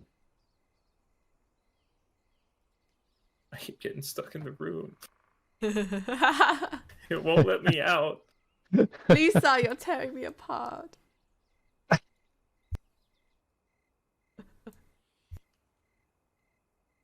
Please let me out. I love that mental image of Martin scuttling along behind everyone. He's like banging on the walls, like, I can't get out.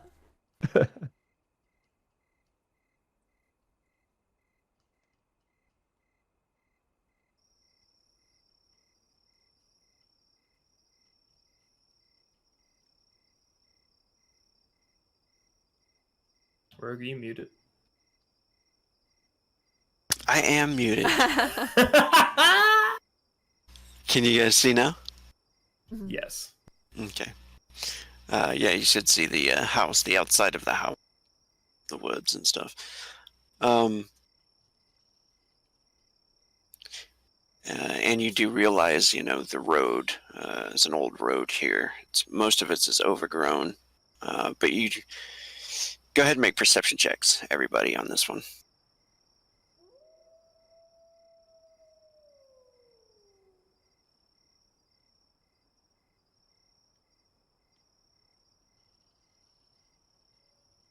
Come on, Peef. Let's go, champ. Peef's gonna rock it this time. Mm-hmm. Hell Don't yeah, talk me up. Peef. Oh no. Peef. That's not bad. Yeah, that's 9 is good. that's good. I have twilight vision or something. Yeah. Yeah, so you can easily find out the direction in which you guys were traveling before and make your way back. Norgar, you're going to have to carry Fajamar or drag him. It's up to you. Doesn't get carried, he gets dragged. Yeah. If he's lucky, he gets dragged head side up. Bradrir on the trail through the woods. He seems slightly overcome by grief, thinking of his companions. And he says, "They shouldn't have let me live." Hey, Emmy comes up and kind of puts an arm around Bradrir and says, I understand, and it's always hard to lose people, but there's at least one other person from your caravan who's alive. They're the ones who told us about all of you. Can't give up now. I'm sorry, I can try to describe them. I don't Was know. it the young one, the lad? Does Emmy remember? They were pretty malnourished and dirty. Yeah, he was pretty young. He was a bit malnourished and dirty, but he was a young guy. Ah, thank the gods. At least he escaped. They kept me alive because I'm an enchanter.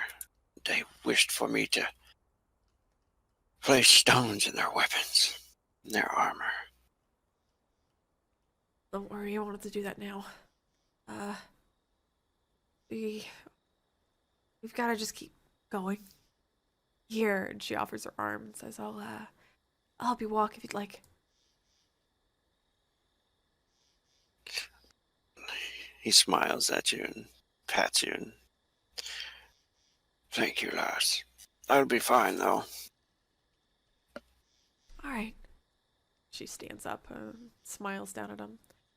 Says, I'm sure you can join up with us. But, I understand if you need to take time to mourn. Are you heading north? Are we? We're heading west, and he just kind of looks over his shoulder as he hears that. To Northwater. Aye. Excellent. That is where I was. Good, then you can stick along the caravan until you get there. He smiles, and we're going to move over to this scene here as you guys make it back to the camp. Has everybody got sight there? Yes. Yep. Yeah. All right. Yeah, Sir Victor walks up and a big smile on his face. And you made it back. Thank the gods. And Norigar's going to walk towards him, and he's kind of carrying a load of stuff under one shoulder, which he'll put down, and then he'll drag the unconscious Fajama across to Victor and throw him at his feet. He says, "They weren't just raiding the caravans. This scum cultist was leading them and sacrificing people to their dark gods, and the orcs were eating some of the rest. They paid. Apart from this one, he surrendered, so we brought him back for trial. It was hard to let him live. We knew our duty." He looks kind of like abhorred by it when you mention them eating him. And he walks over to the man and he looks up to you, Norgar. He nods. He will stand trial. No doubt he would be killed. We have a witness. And he points towards the old man. He's been through a lot, so maybe we don't talk to him tonight, but he saw everything. And look at the man's covered in demon tattoos. And Norigar turns to the side and spits on the ground. It's disgusting.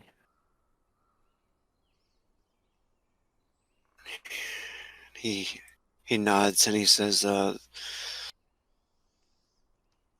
young man that returned is not doing too well. He's been trying to get some rest, but he's having nightmares. Perhaps seeing his friend here will cure him of that. Sure, it'll help. Thank you all. Well, here's your payment. I as promised you. And he grabs a pouch and he throws it to Norgar. And he says, Thank you. it's not much, but I see you did get some gear out of it. And Norigar nods and says, yeah, I mean, this is stuff they've taken. I don't know. And he kind of shrugs and looks towards Martin.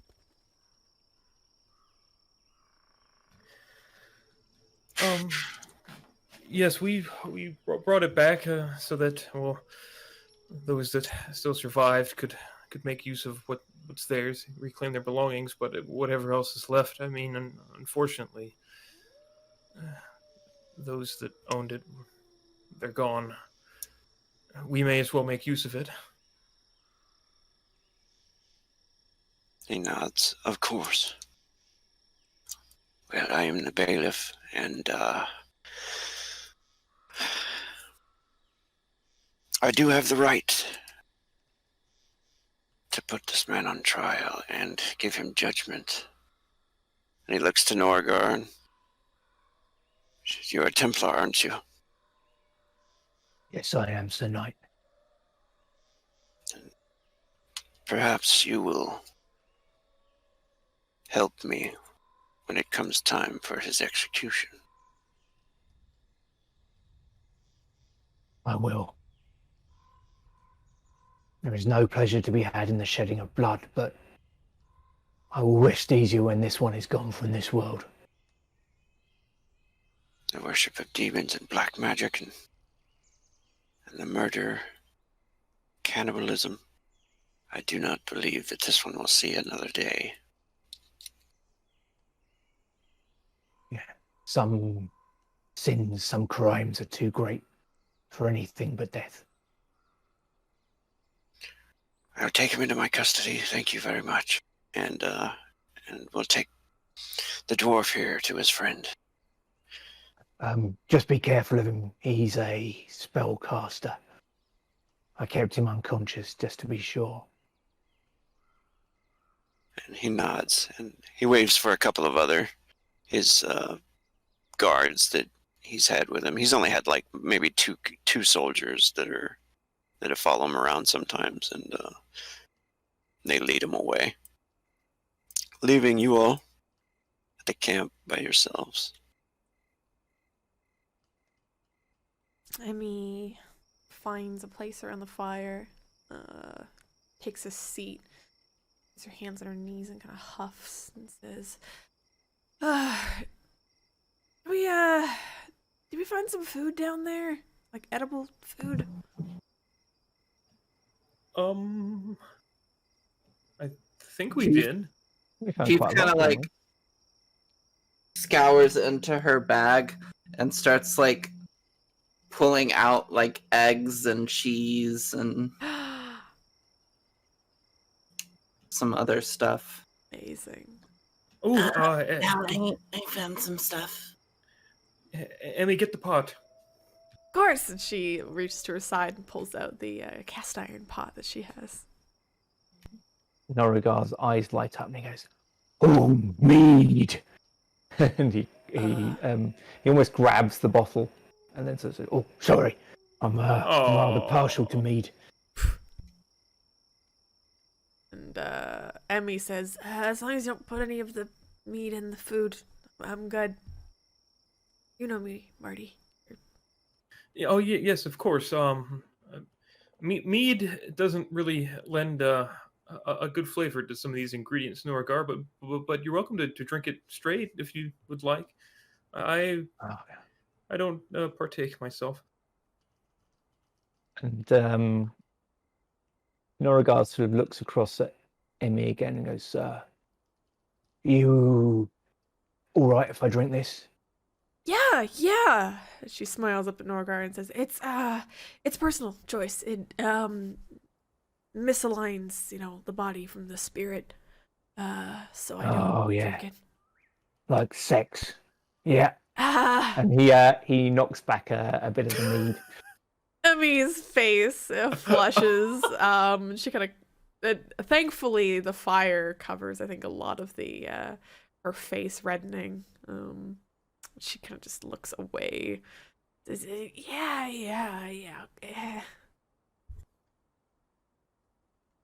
We all have stuff we've got to stay away from. And he has a bit more of the mead. But we all have stuff we can enjoy too. Oh, that was a horrible place. So terrible to see this evil. I've never seen it face to face before. Made me so angry. Those poor people, what you put them through. It's not right. No, it's not. None of it is right. But unfortunately, there's gonna be people out here in the world who are doing things like that or even worse. But that's why we're out here. People like us four.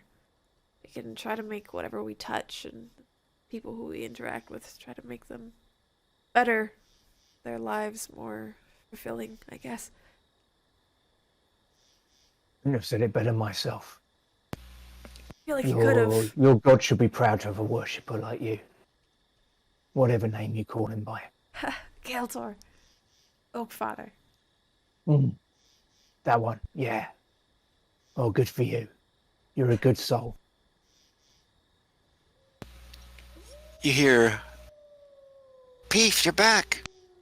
Helena comes running up and immediately runs over, gives her a hug. Yeah, Peeps hugs her back, Yeah, look, I found shoes. and she kind of like kicks up her feet to show off her fur boots. They fit this time. Nice. I saw you carry. What'd you say? She says, nice. I saw you all carrying a lot. Well, some of you. Yeah. We found food. Do you want some? Yes, indeed. And she comes and sits right next to you and hungrily looks over towards the pot. You also notice out of the shadows the Mintep Grimalkin peers up and he says, it pleases me to see you return, Norgar. Good to see you, Tehe. We've been in a dark place. Good to be back among friends. Oh, a dark place. Did you crush the sins of your enemies? Yeah. There's just one left. He'll be standing trial. The worst of the bunch. I'm not sure I can stand to talk about it again tonight, but you'll hear at the trial. He was a bad one. Demon worshipper. Nasty business. I am sorry to hear that. Well, we shall talk on it no more then. And he Yeah. comes and pats Norgar. Yeah, Noragard will wipe the mouth of the bottle and kind of hold it over to Tehe and says, "Good mead. Oh, And there's rum over there if you prefer." ooh. Let me taste of this rum. The great Tehe Mahal is known to enjoy quite a bit of rum. Noragard smiles. Emmy looks over to Tehe and cocks an eyebrow. Says, you drink? As he's sipping it, he stops in mid-step. Yeah. Why, yes. What is wrong with that? Then don't you get all out of line? Unaligned and everything inside?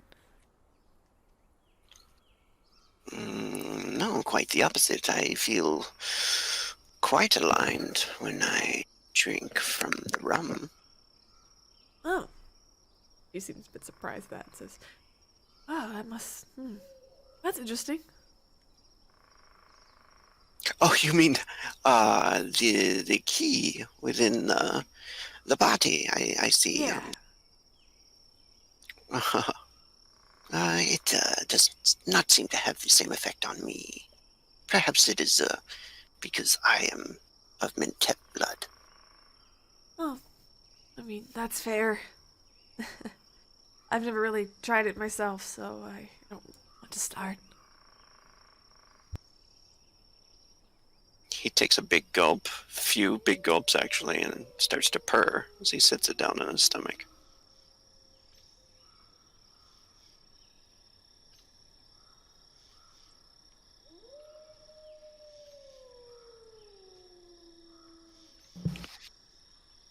Marty's It- food isn't the best, I'm guessing. No, it's pretty mediocre. Not the best you tasted of what he's made. Maybe he's tired. Maybe he looks down at the food, looks up at Martinez, says, Master, were the ingredients not, like, good? What? Huh? And he just he's like blinking really slow. What do you mean? And she shakes her head. Never mind. Do you need to go to bed? Oh, I was gonna see about making some potions and before I went to sleep this evening. So maybe I should try to. And he's like kind of getting up to look around and. She shakes her head. It's like, no, you need to sleep. Oh, but I could sleep on the road. Oh, no, you should sleep now. Don't want to be sick in the morning. Oh, you're probably right. Okay, I'll finish this bowl and then to sleep I go. Good. I'm gonna hold you to that, but don't get up in the middle of the night. Try to do anything. Oh no, of course not. No, I'll go right to sleep. I'm probably gonna get up in the middle of the night, Rogue. You're gonna sleep outside of your tent? Watch.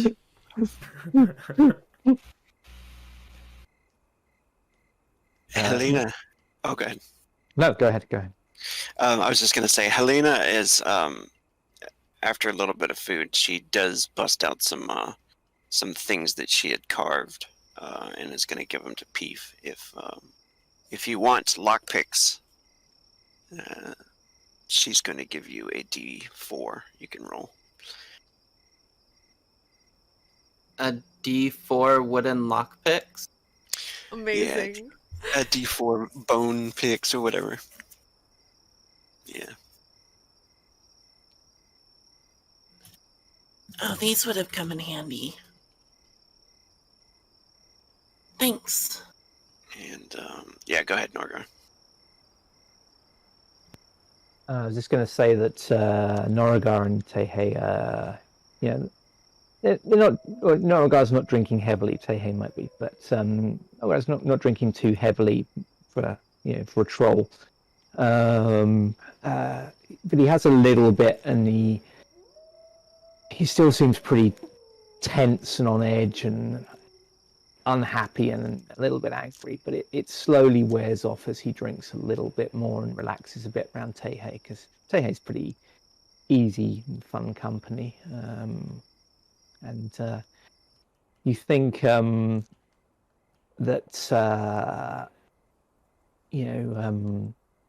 this is probably a relationship that's pretty good for Norigar. He having someone around who helps him not be so tightly wound sometimes.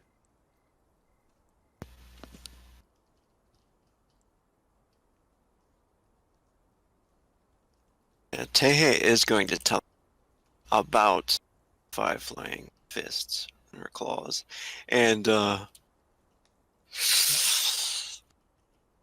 he likes to tell these stories, so he's actually got a little bit of skill into it. Some of them are quite fantastical. Like, I'm not going to go through the story actually, but some of the things are kind of like hard to believe. And if you wish,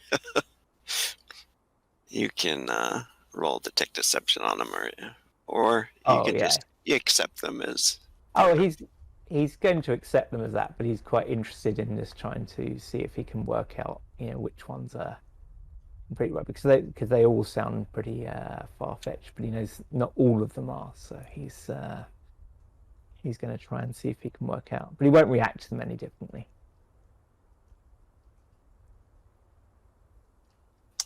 Nice. It is an excellent story about the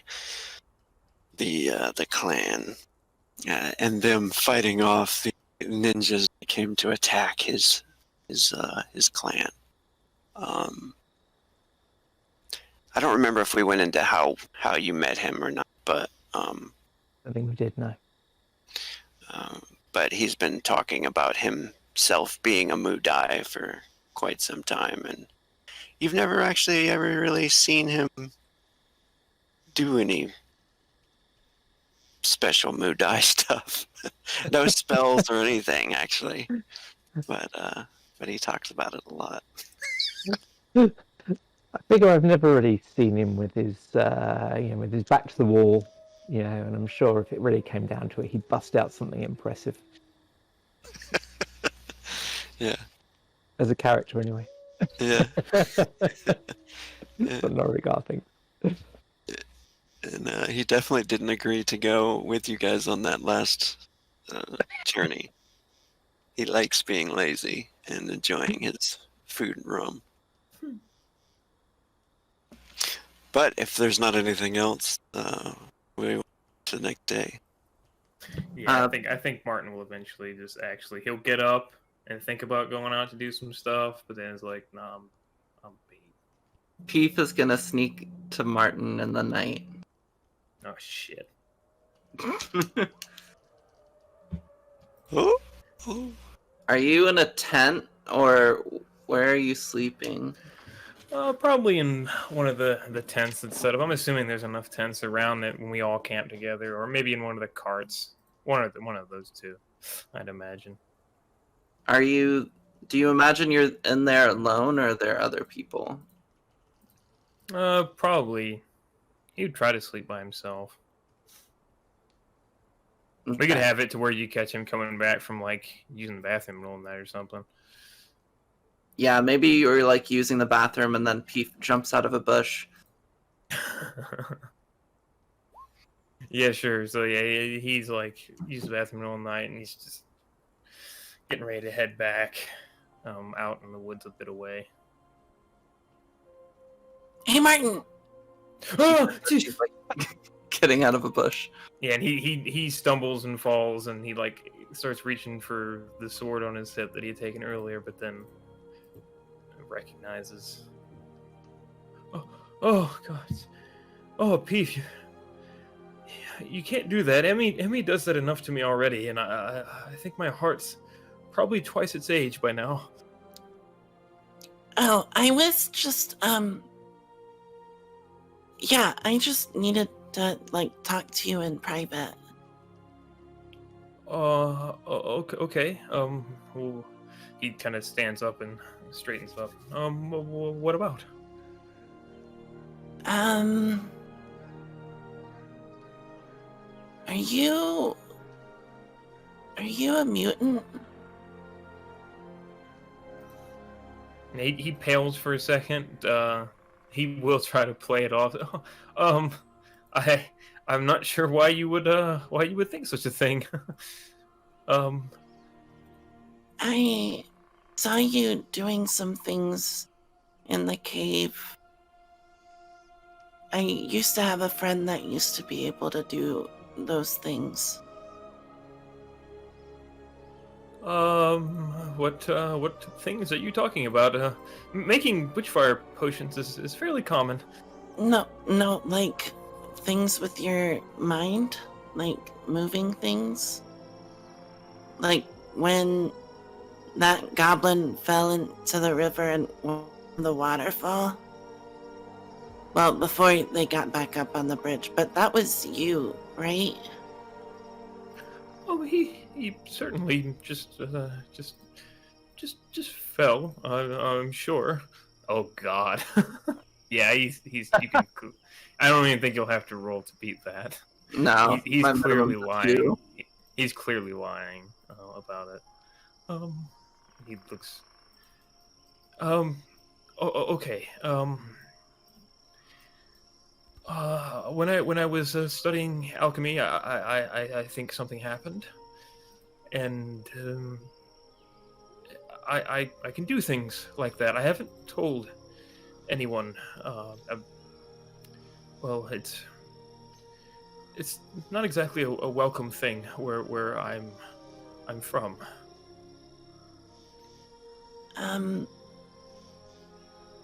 Yeah, I haven't found a place either.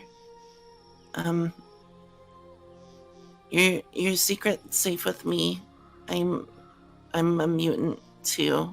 And she'll like kind of take off her mask.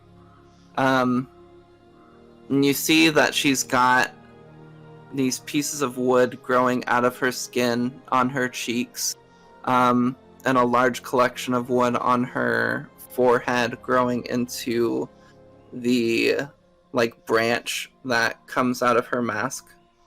And her eyes like are kind of the normal goblin yellow, but the insides of them are like branching out and turning green. Yeah, and he knows, he sees, and his mouth kind of hangs open a bit. He's like, "Oh my goodness, that's astounding, Peef." And he just kind of walks closer and looks, and when has it always been like this? Did it develop, or? It started when I was little. My parents just always thought I was getting splinters, but then they realized that wasn't what was happening. I had friends that were mutants too, but they were all killed. And so now I'm just trying to get away. I see. I'm sorry to hear you say so. I thought I had it rough trying to hide it, but to see others die, I'm sorry that you had to deal with that, but I'm glad that you caught me. I'll tell you what. You keep my secret, I'll keep yours, and if you ever need to talk, mutant things, or if there's anything I can do to help, if anything's painful with the condition, let me know. I can try to study my notes and see what I can do. And she like quickly nods. Yeah, definitely. Me and my friends were trying to get people to be more accepting, and I think that's why they died. And I think that's like what I'm still gonna try to do, but maybe in a new place.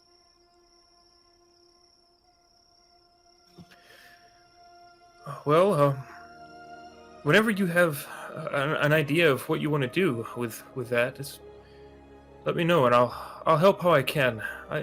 I had to hide it back at home, and I'm just so used to it. I haven't really told Emmy, and of course I just met you in Norgar, so I just don't want anyone in the caravan to be concerned. But wherever we're going, just let me know.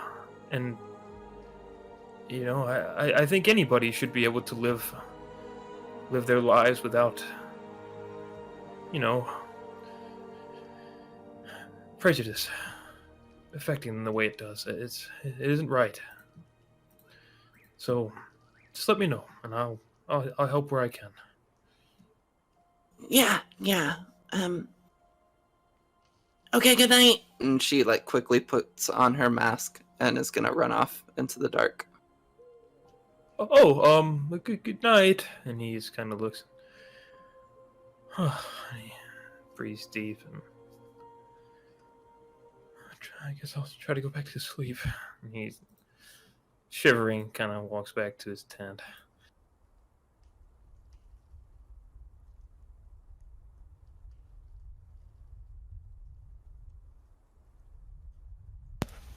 The next day, you can see, you hear the hammer, which wakes a lot of people.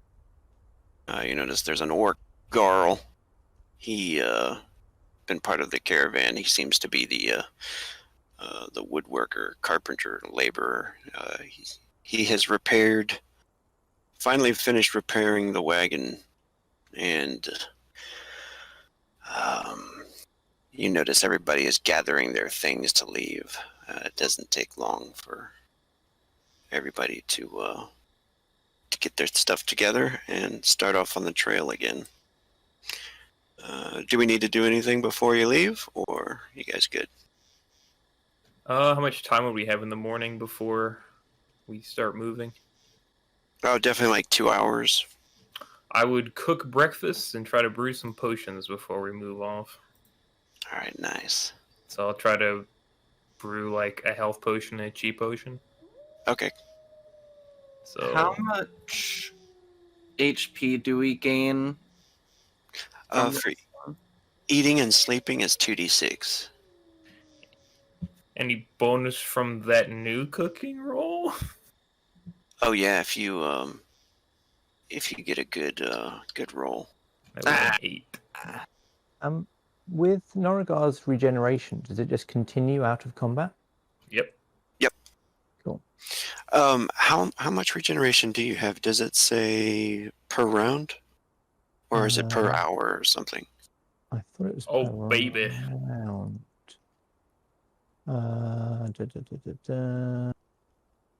Regenerate 2d6 hit points per round unless elemental damage is taken, fire or Okay. cold, etc. Which is why I was worried about him hitting them with those cold bolts. Yeah. Any fire, electrical, or anything. Okay. Yep. Cool. What about chi regeneration says D20 just for sleep. I do have meditation, but Yeah. If you spent an hour meditating, it's also a d20 per hour. So you could roll like a d20 and your skill meditation. okay. Yeah. So I rolled a 7. And you also get a d20. But sleeping is a d20 times 6, so Okay. so you might be full by the end of If not, I'm just gonna meditate in the morning. Wow. Ooh. Just, She's definitely meditating in the morning. So you're meditating in the morning. yeah. Cause oh my god, I need my chi. Did you say we got extra health from the cooking? Let me look at that chart real quick. It was an 8. So I don't know. It's an 8 for breakfast. I got So full. This is bullshit. But what about second breakfast? And we're on the road. Can't cook second breakfast. Let's see here. Oh, that's not the table. Good food. It's another plus D6 mana HP cool. mana chi for 8 to 14. oh, mana and chi. I rolled a 3 on the one last night, I think, so it was kind of crap, but the one this morning, it was good food. So, cool. So that's chi and hit points and mana. Cool. Amazing, thank you. Thank you. course. And before they leave, I rolled a 20 on the alchemy. Is it alchemy for each potion I make, or just alchemy in general? Yeah, for each potion. Okay, so that was I rolled 20 for the one healing, and then this is for the chi. I think that one's so good. It's like done very fast, or I might be wrong. I can't. But it's definitely a success. And then the 8, which I think is the exact target number. Oh, if you double it, I'm not sure about this. We would have to read it, but do you make an additional potion if you double it, or I can't remember. I'm looking actually. Let's see. It's a normal campsite 8, so I get 1 chi potion for sure, and the alchemy craft tops based on 3 potions. It doesn't say anything just yet. Okay. Crafting. I'll look at it. We can continue, but yeah, before we get rolling, I will hand off I'll go to Emmy's. Oh, Emmy, I've been working on a new formula. He's rooting around in his pack. Sorry, give me 1 second. Okay. Here we are, and it's kind of like a grayish yellowish in a like a vial. I've been kind of studying things since we've been traveling together, and how the body alignment with the soul thing that you talk about with Keltor. I think there's an alchemical component that can help. So here you go. Oh, she And looks it's a surprised. chi potion. Yeah, she looks surprised and kind of looks at it. I'm guessing it's corked. Right now. Yes. Yeah, she kind of lifts the cork for a moment to smell it, and then she places it back in, pushing it into the glass. And she looks at Martin and says, "Thanks, Master. This is it's really nice." No problem. And like we talked about, just Marty is fine. Oh yeah. I'll try to remember that.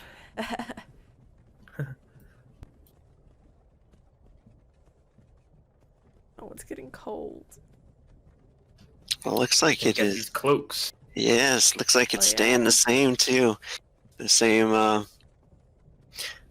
same light snow.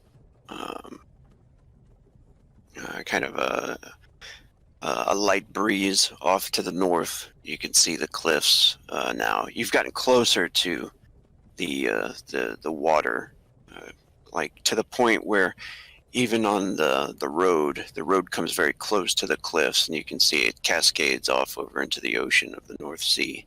Or you can see like some ships out there far off in the sea. Dark clouds keep it not too bright. And I think you guys are now starting to head to the northwest direction. Let me see if there's any random encounters.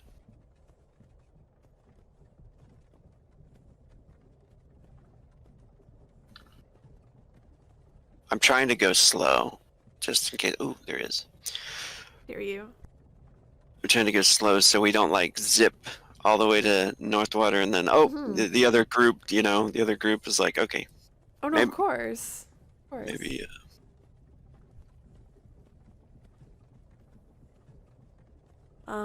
What's Peef doing?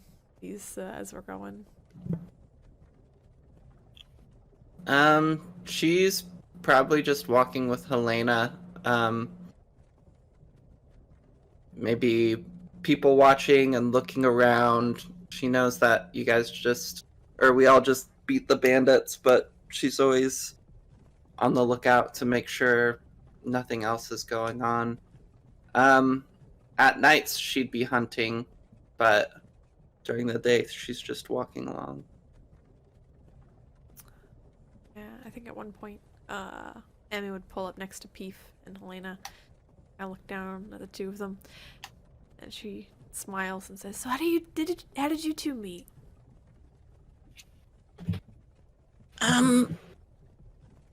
Well,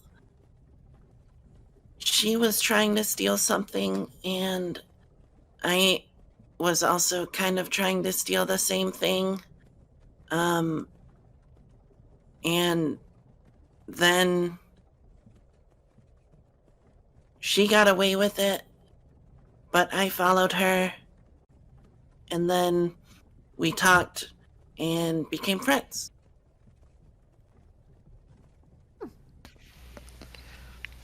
I mean, she scratches the side of her head and says, I, never really thought about stealing before, but, that's a heck of a story. I don't really like stealing all that much, but I didn't really have money, Understandable. and I wanted it, so Oh. It's just because we're poor. Yeah. yeah. I mean, that makes sense. I was pretty poor too, so You grew up on a farm, right? yeah. I mean, it wasn't like I had a home and a roof and food, so I was definitely much more well off than other people. How did you get so big? Oh, she looks down at herself and says, well, like I said, working on the farm, a lot of like hauling farm equipment and making sure to tend to the animals and hauling the wagons around and whatnot. I actually usually pulled the wagon from our home all the way to Dragon Guard. It was about a 3-day trip. And she shrugs. Most of my family were pretty big, except my brother. He's kind of small, but most of us are big and wide. What happened with your brother? There was that one lady that was mad at him. Oh,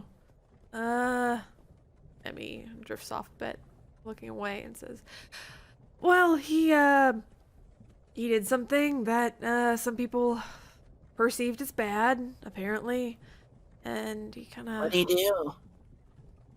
She clicks her tongue for a minute and says, well, they accuse him of killing somebody, but I know he wouldn't do something like that. That's not who he is. Oh, well, It was some important noble, I think. Helena looks off in the direction of that woman, Sybil, that had come up and talked to you kind of in a dirty way. Kind of her eyes narrowing. And so she's just following you? I don't think she's following me, per se. I think it just happened that we're on the same caravan. I mean, maybe she's looking for my brother, but I don't think she's following me. She looks towards Peeve. Kind of, she doesn't know if she really believes I think she's probably waiting for you to lead her to your brother. Oh. Her eyebrows knit. And she kind of leans down between Peef and Elena. And she says, hey, do you think the two of you could do me a favor at some point while we're traveling? yeah, sure. Do you think you could, I don't know, either overhear her, maybe see if she actually is? I want to give her benefit of the doubt, of course, but when it comes to my brother, I a bit more protective. I mean, I just want to get him and bring him home. Our parents gonna miss him. Yeah, I can, watch her. And if she talks to people, I could read her lips. Perfect. Emmy claps the two on the back, on their like back, on their backs there, a bit roughly, but nothing to knock them over. Probably stumble a little bit. She says, "Thanks, I appreciate it." Yeah, sure.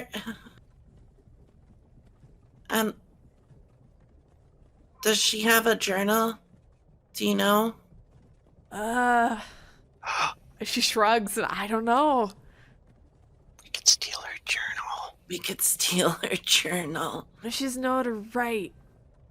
Maybe she just draws some pictures. If she draws some pictures, I could read it or look at it. If it's like letters, though, we could ask Martin. Yeah, Marty can read it. Yeah. Alina's Okay. smiling. We'll get you her journal. Thanks. Emmy seems very excited. And gives the two a wave, and she's going to jog back up to Marty.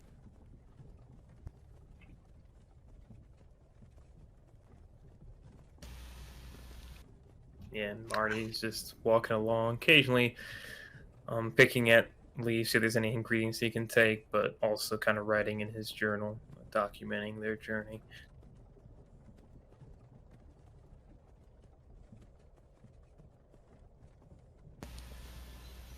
Hmm.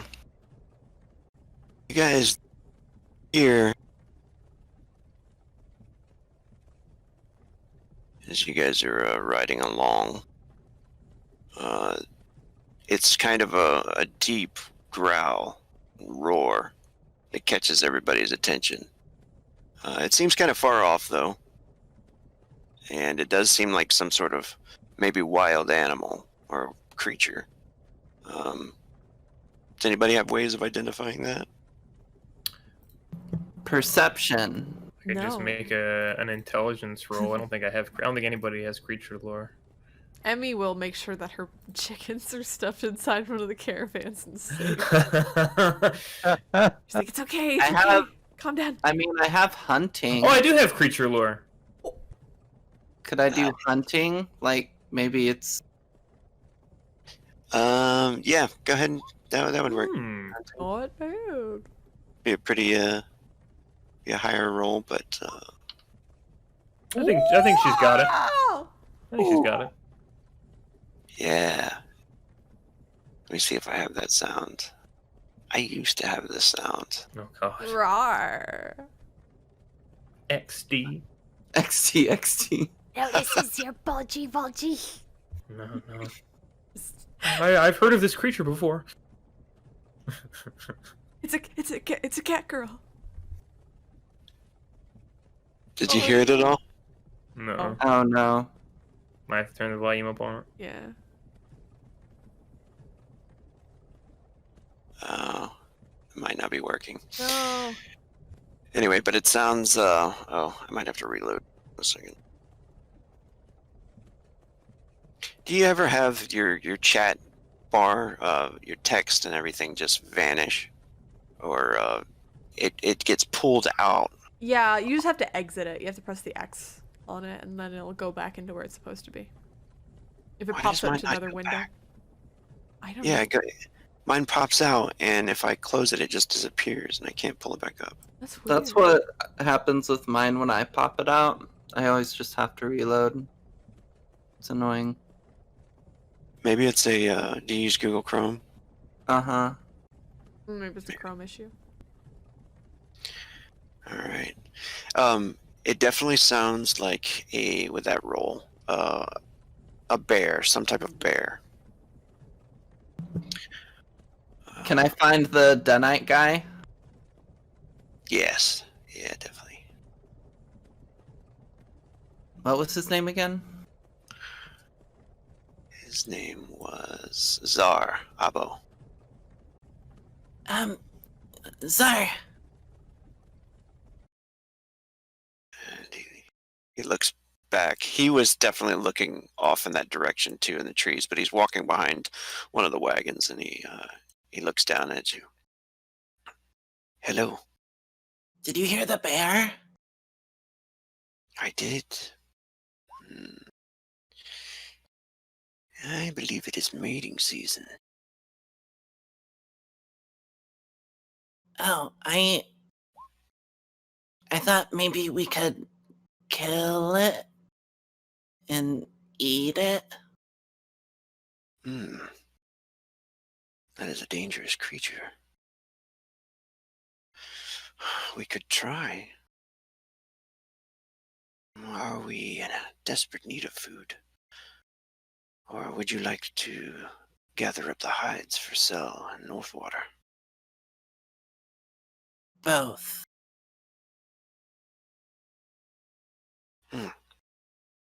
He smiles and he says, perhaps some of your friends would like to come along.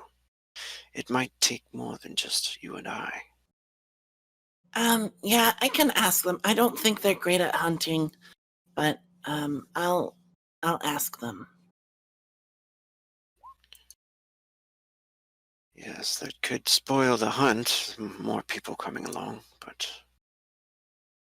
if it sounds like a large creature.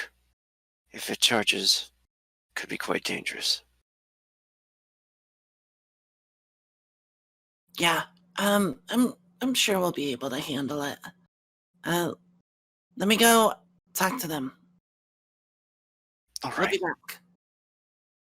And people run off to find the others, and ask them if they want to help hunt a bear.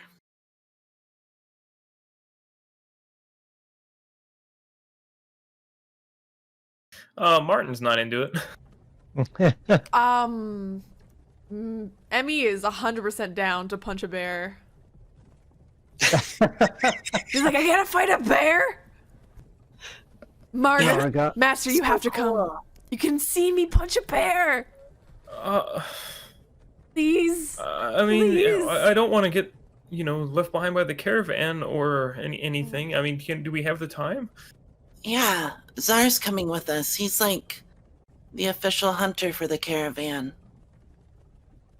We'll be able to catch back up. Why am I doing this? And he kind of rubs his forehead. Hey. I'll come with you, but. Hey. And Norgard seems to have been kind of weighing it up, and then when he sees Martin's reluctant, he sort of says, you know what? Oh, come, Martin, you can sit with me. I'm sure between the five of us we'll be fine, but I just no unnecessary risks, please. I can't promise that. I need you to. Okay, I promise. I won't do anything too dangerous. Probably. Definitely. Hey, definitely. Okay, fine. With that, I will hold you to that, and we can go hunt a bear, I guess. She looks down at Martin and says, I don't know if you could really hold me in anything. Your arms are kind of noodly. You can try. I would be extremely disappointed with you. Oh. She looks so upset at that. Her face kind of falls and she nods and says, oh, okay, No, not that disappointed. I just yeah. Let's just go. Okay. Zar walks up. He's got kind of a smirk on his face. Hello.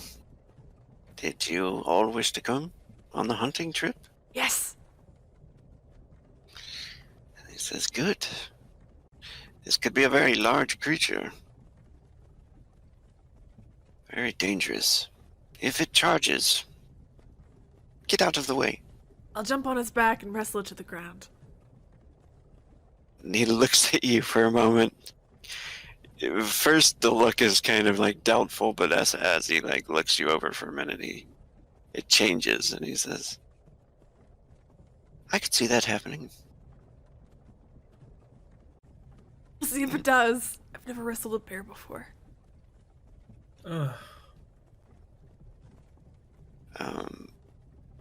You notice that the caravan stops at that moment.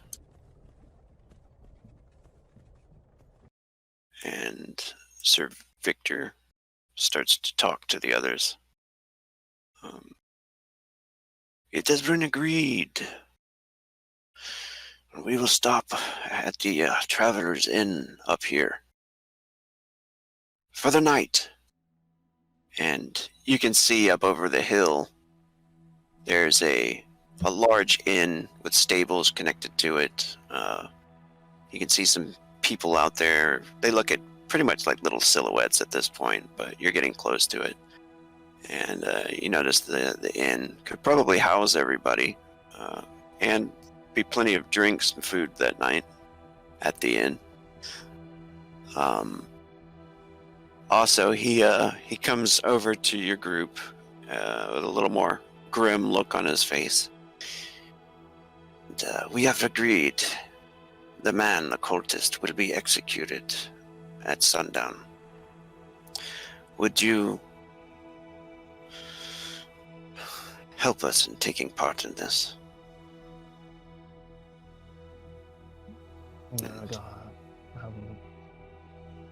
Stands up and he sort of straightens and rolls his shoulders and says,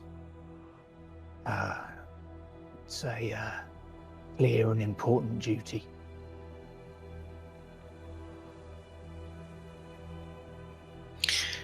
And he nods and says, well, I suppose we should get it over with then.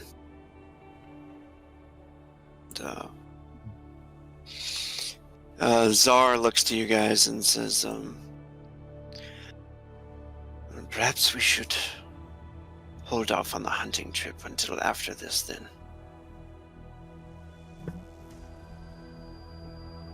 Emmy This nods. needs to be done. Yeah. You're right. Fine.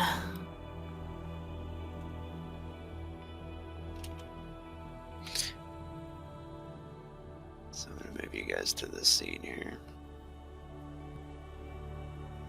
Oh. No, not that one.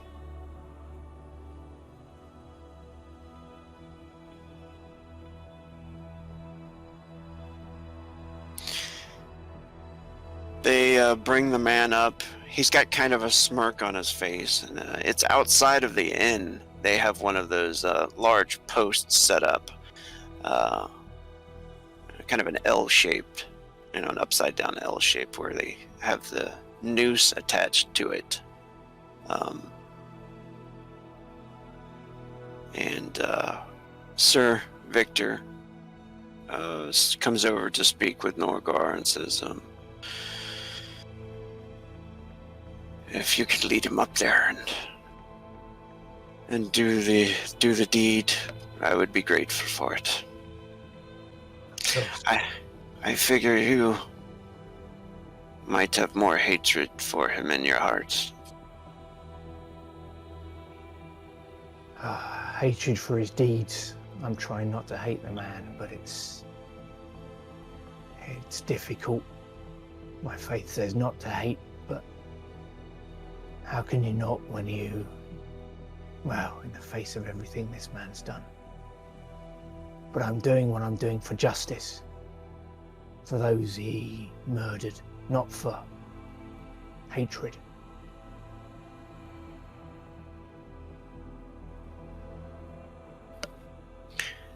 And he speaks to everybody. Most of the people stay out there. Some people just go inside the inn. Would you guys all stay out there and watch this? Chief wouldn't.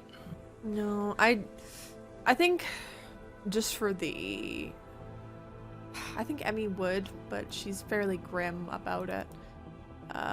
Wanting to see justice, but not really wanting to witness it. Chief is probably off hunting something else. Martin will stay and watch if Emmy is. Okay. He speaks to everybody that is watching and says that this man is being condemned to death for the murder and dark magic that he has committed. Feasting on the flesh of his enemies, cannibalism, and theft on the road to Northwater. Do you have anything to say? And Fajimar, as he's walking with you, he says, the dark gods will one day rule this place, and you will all kneel. I do not go to my death. I go to my birth. And as he's walking with you, Norgar, he starts to say something quieter towards you. Noragar's not really interested in anything he has to say.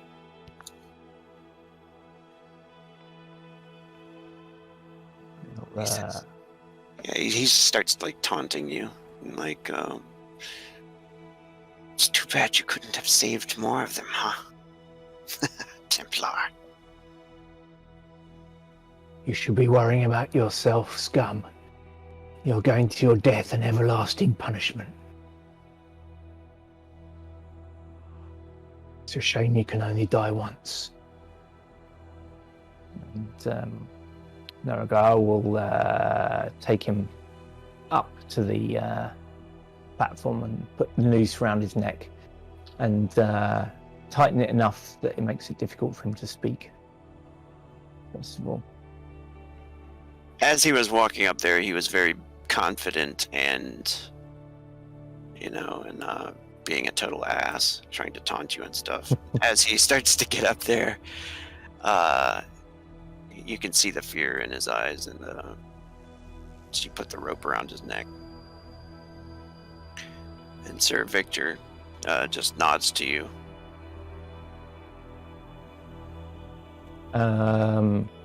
And presumably there's like a lever for a trapdoor or something. Yeah. Or just a bucket, basically, you can kick out. Oh, okay. Yeah, okay. Kick the bucket. Yeah. So Noragar will walk up to him and he kind of turns to the crowd and says, in the name of justice for this man's victims, in the name of all that is right and true, we send this man to his punishment. And he'll just turn round, look the man in his eyes and say, your dark gods cannot save you now. And he'll kick the bucket out from underneath him. Yeah. And you can tell he sits there and he hangs there for quite a bit of time before he actually dies. Struggling and kicking. Eventually, he stops moving. And with that, I guess we'll have to call this the end of the episode.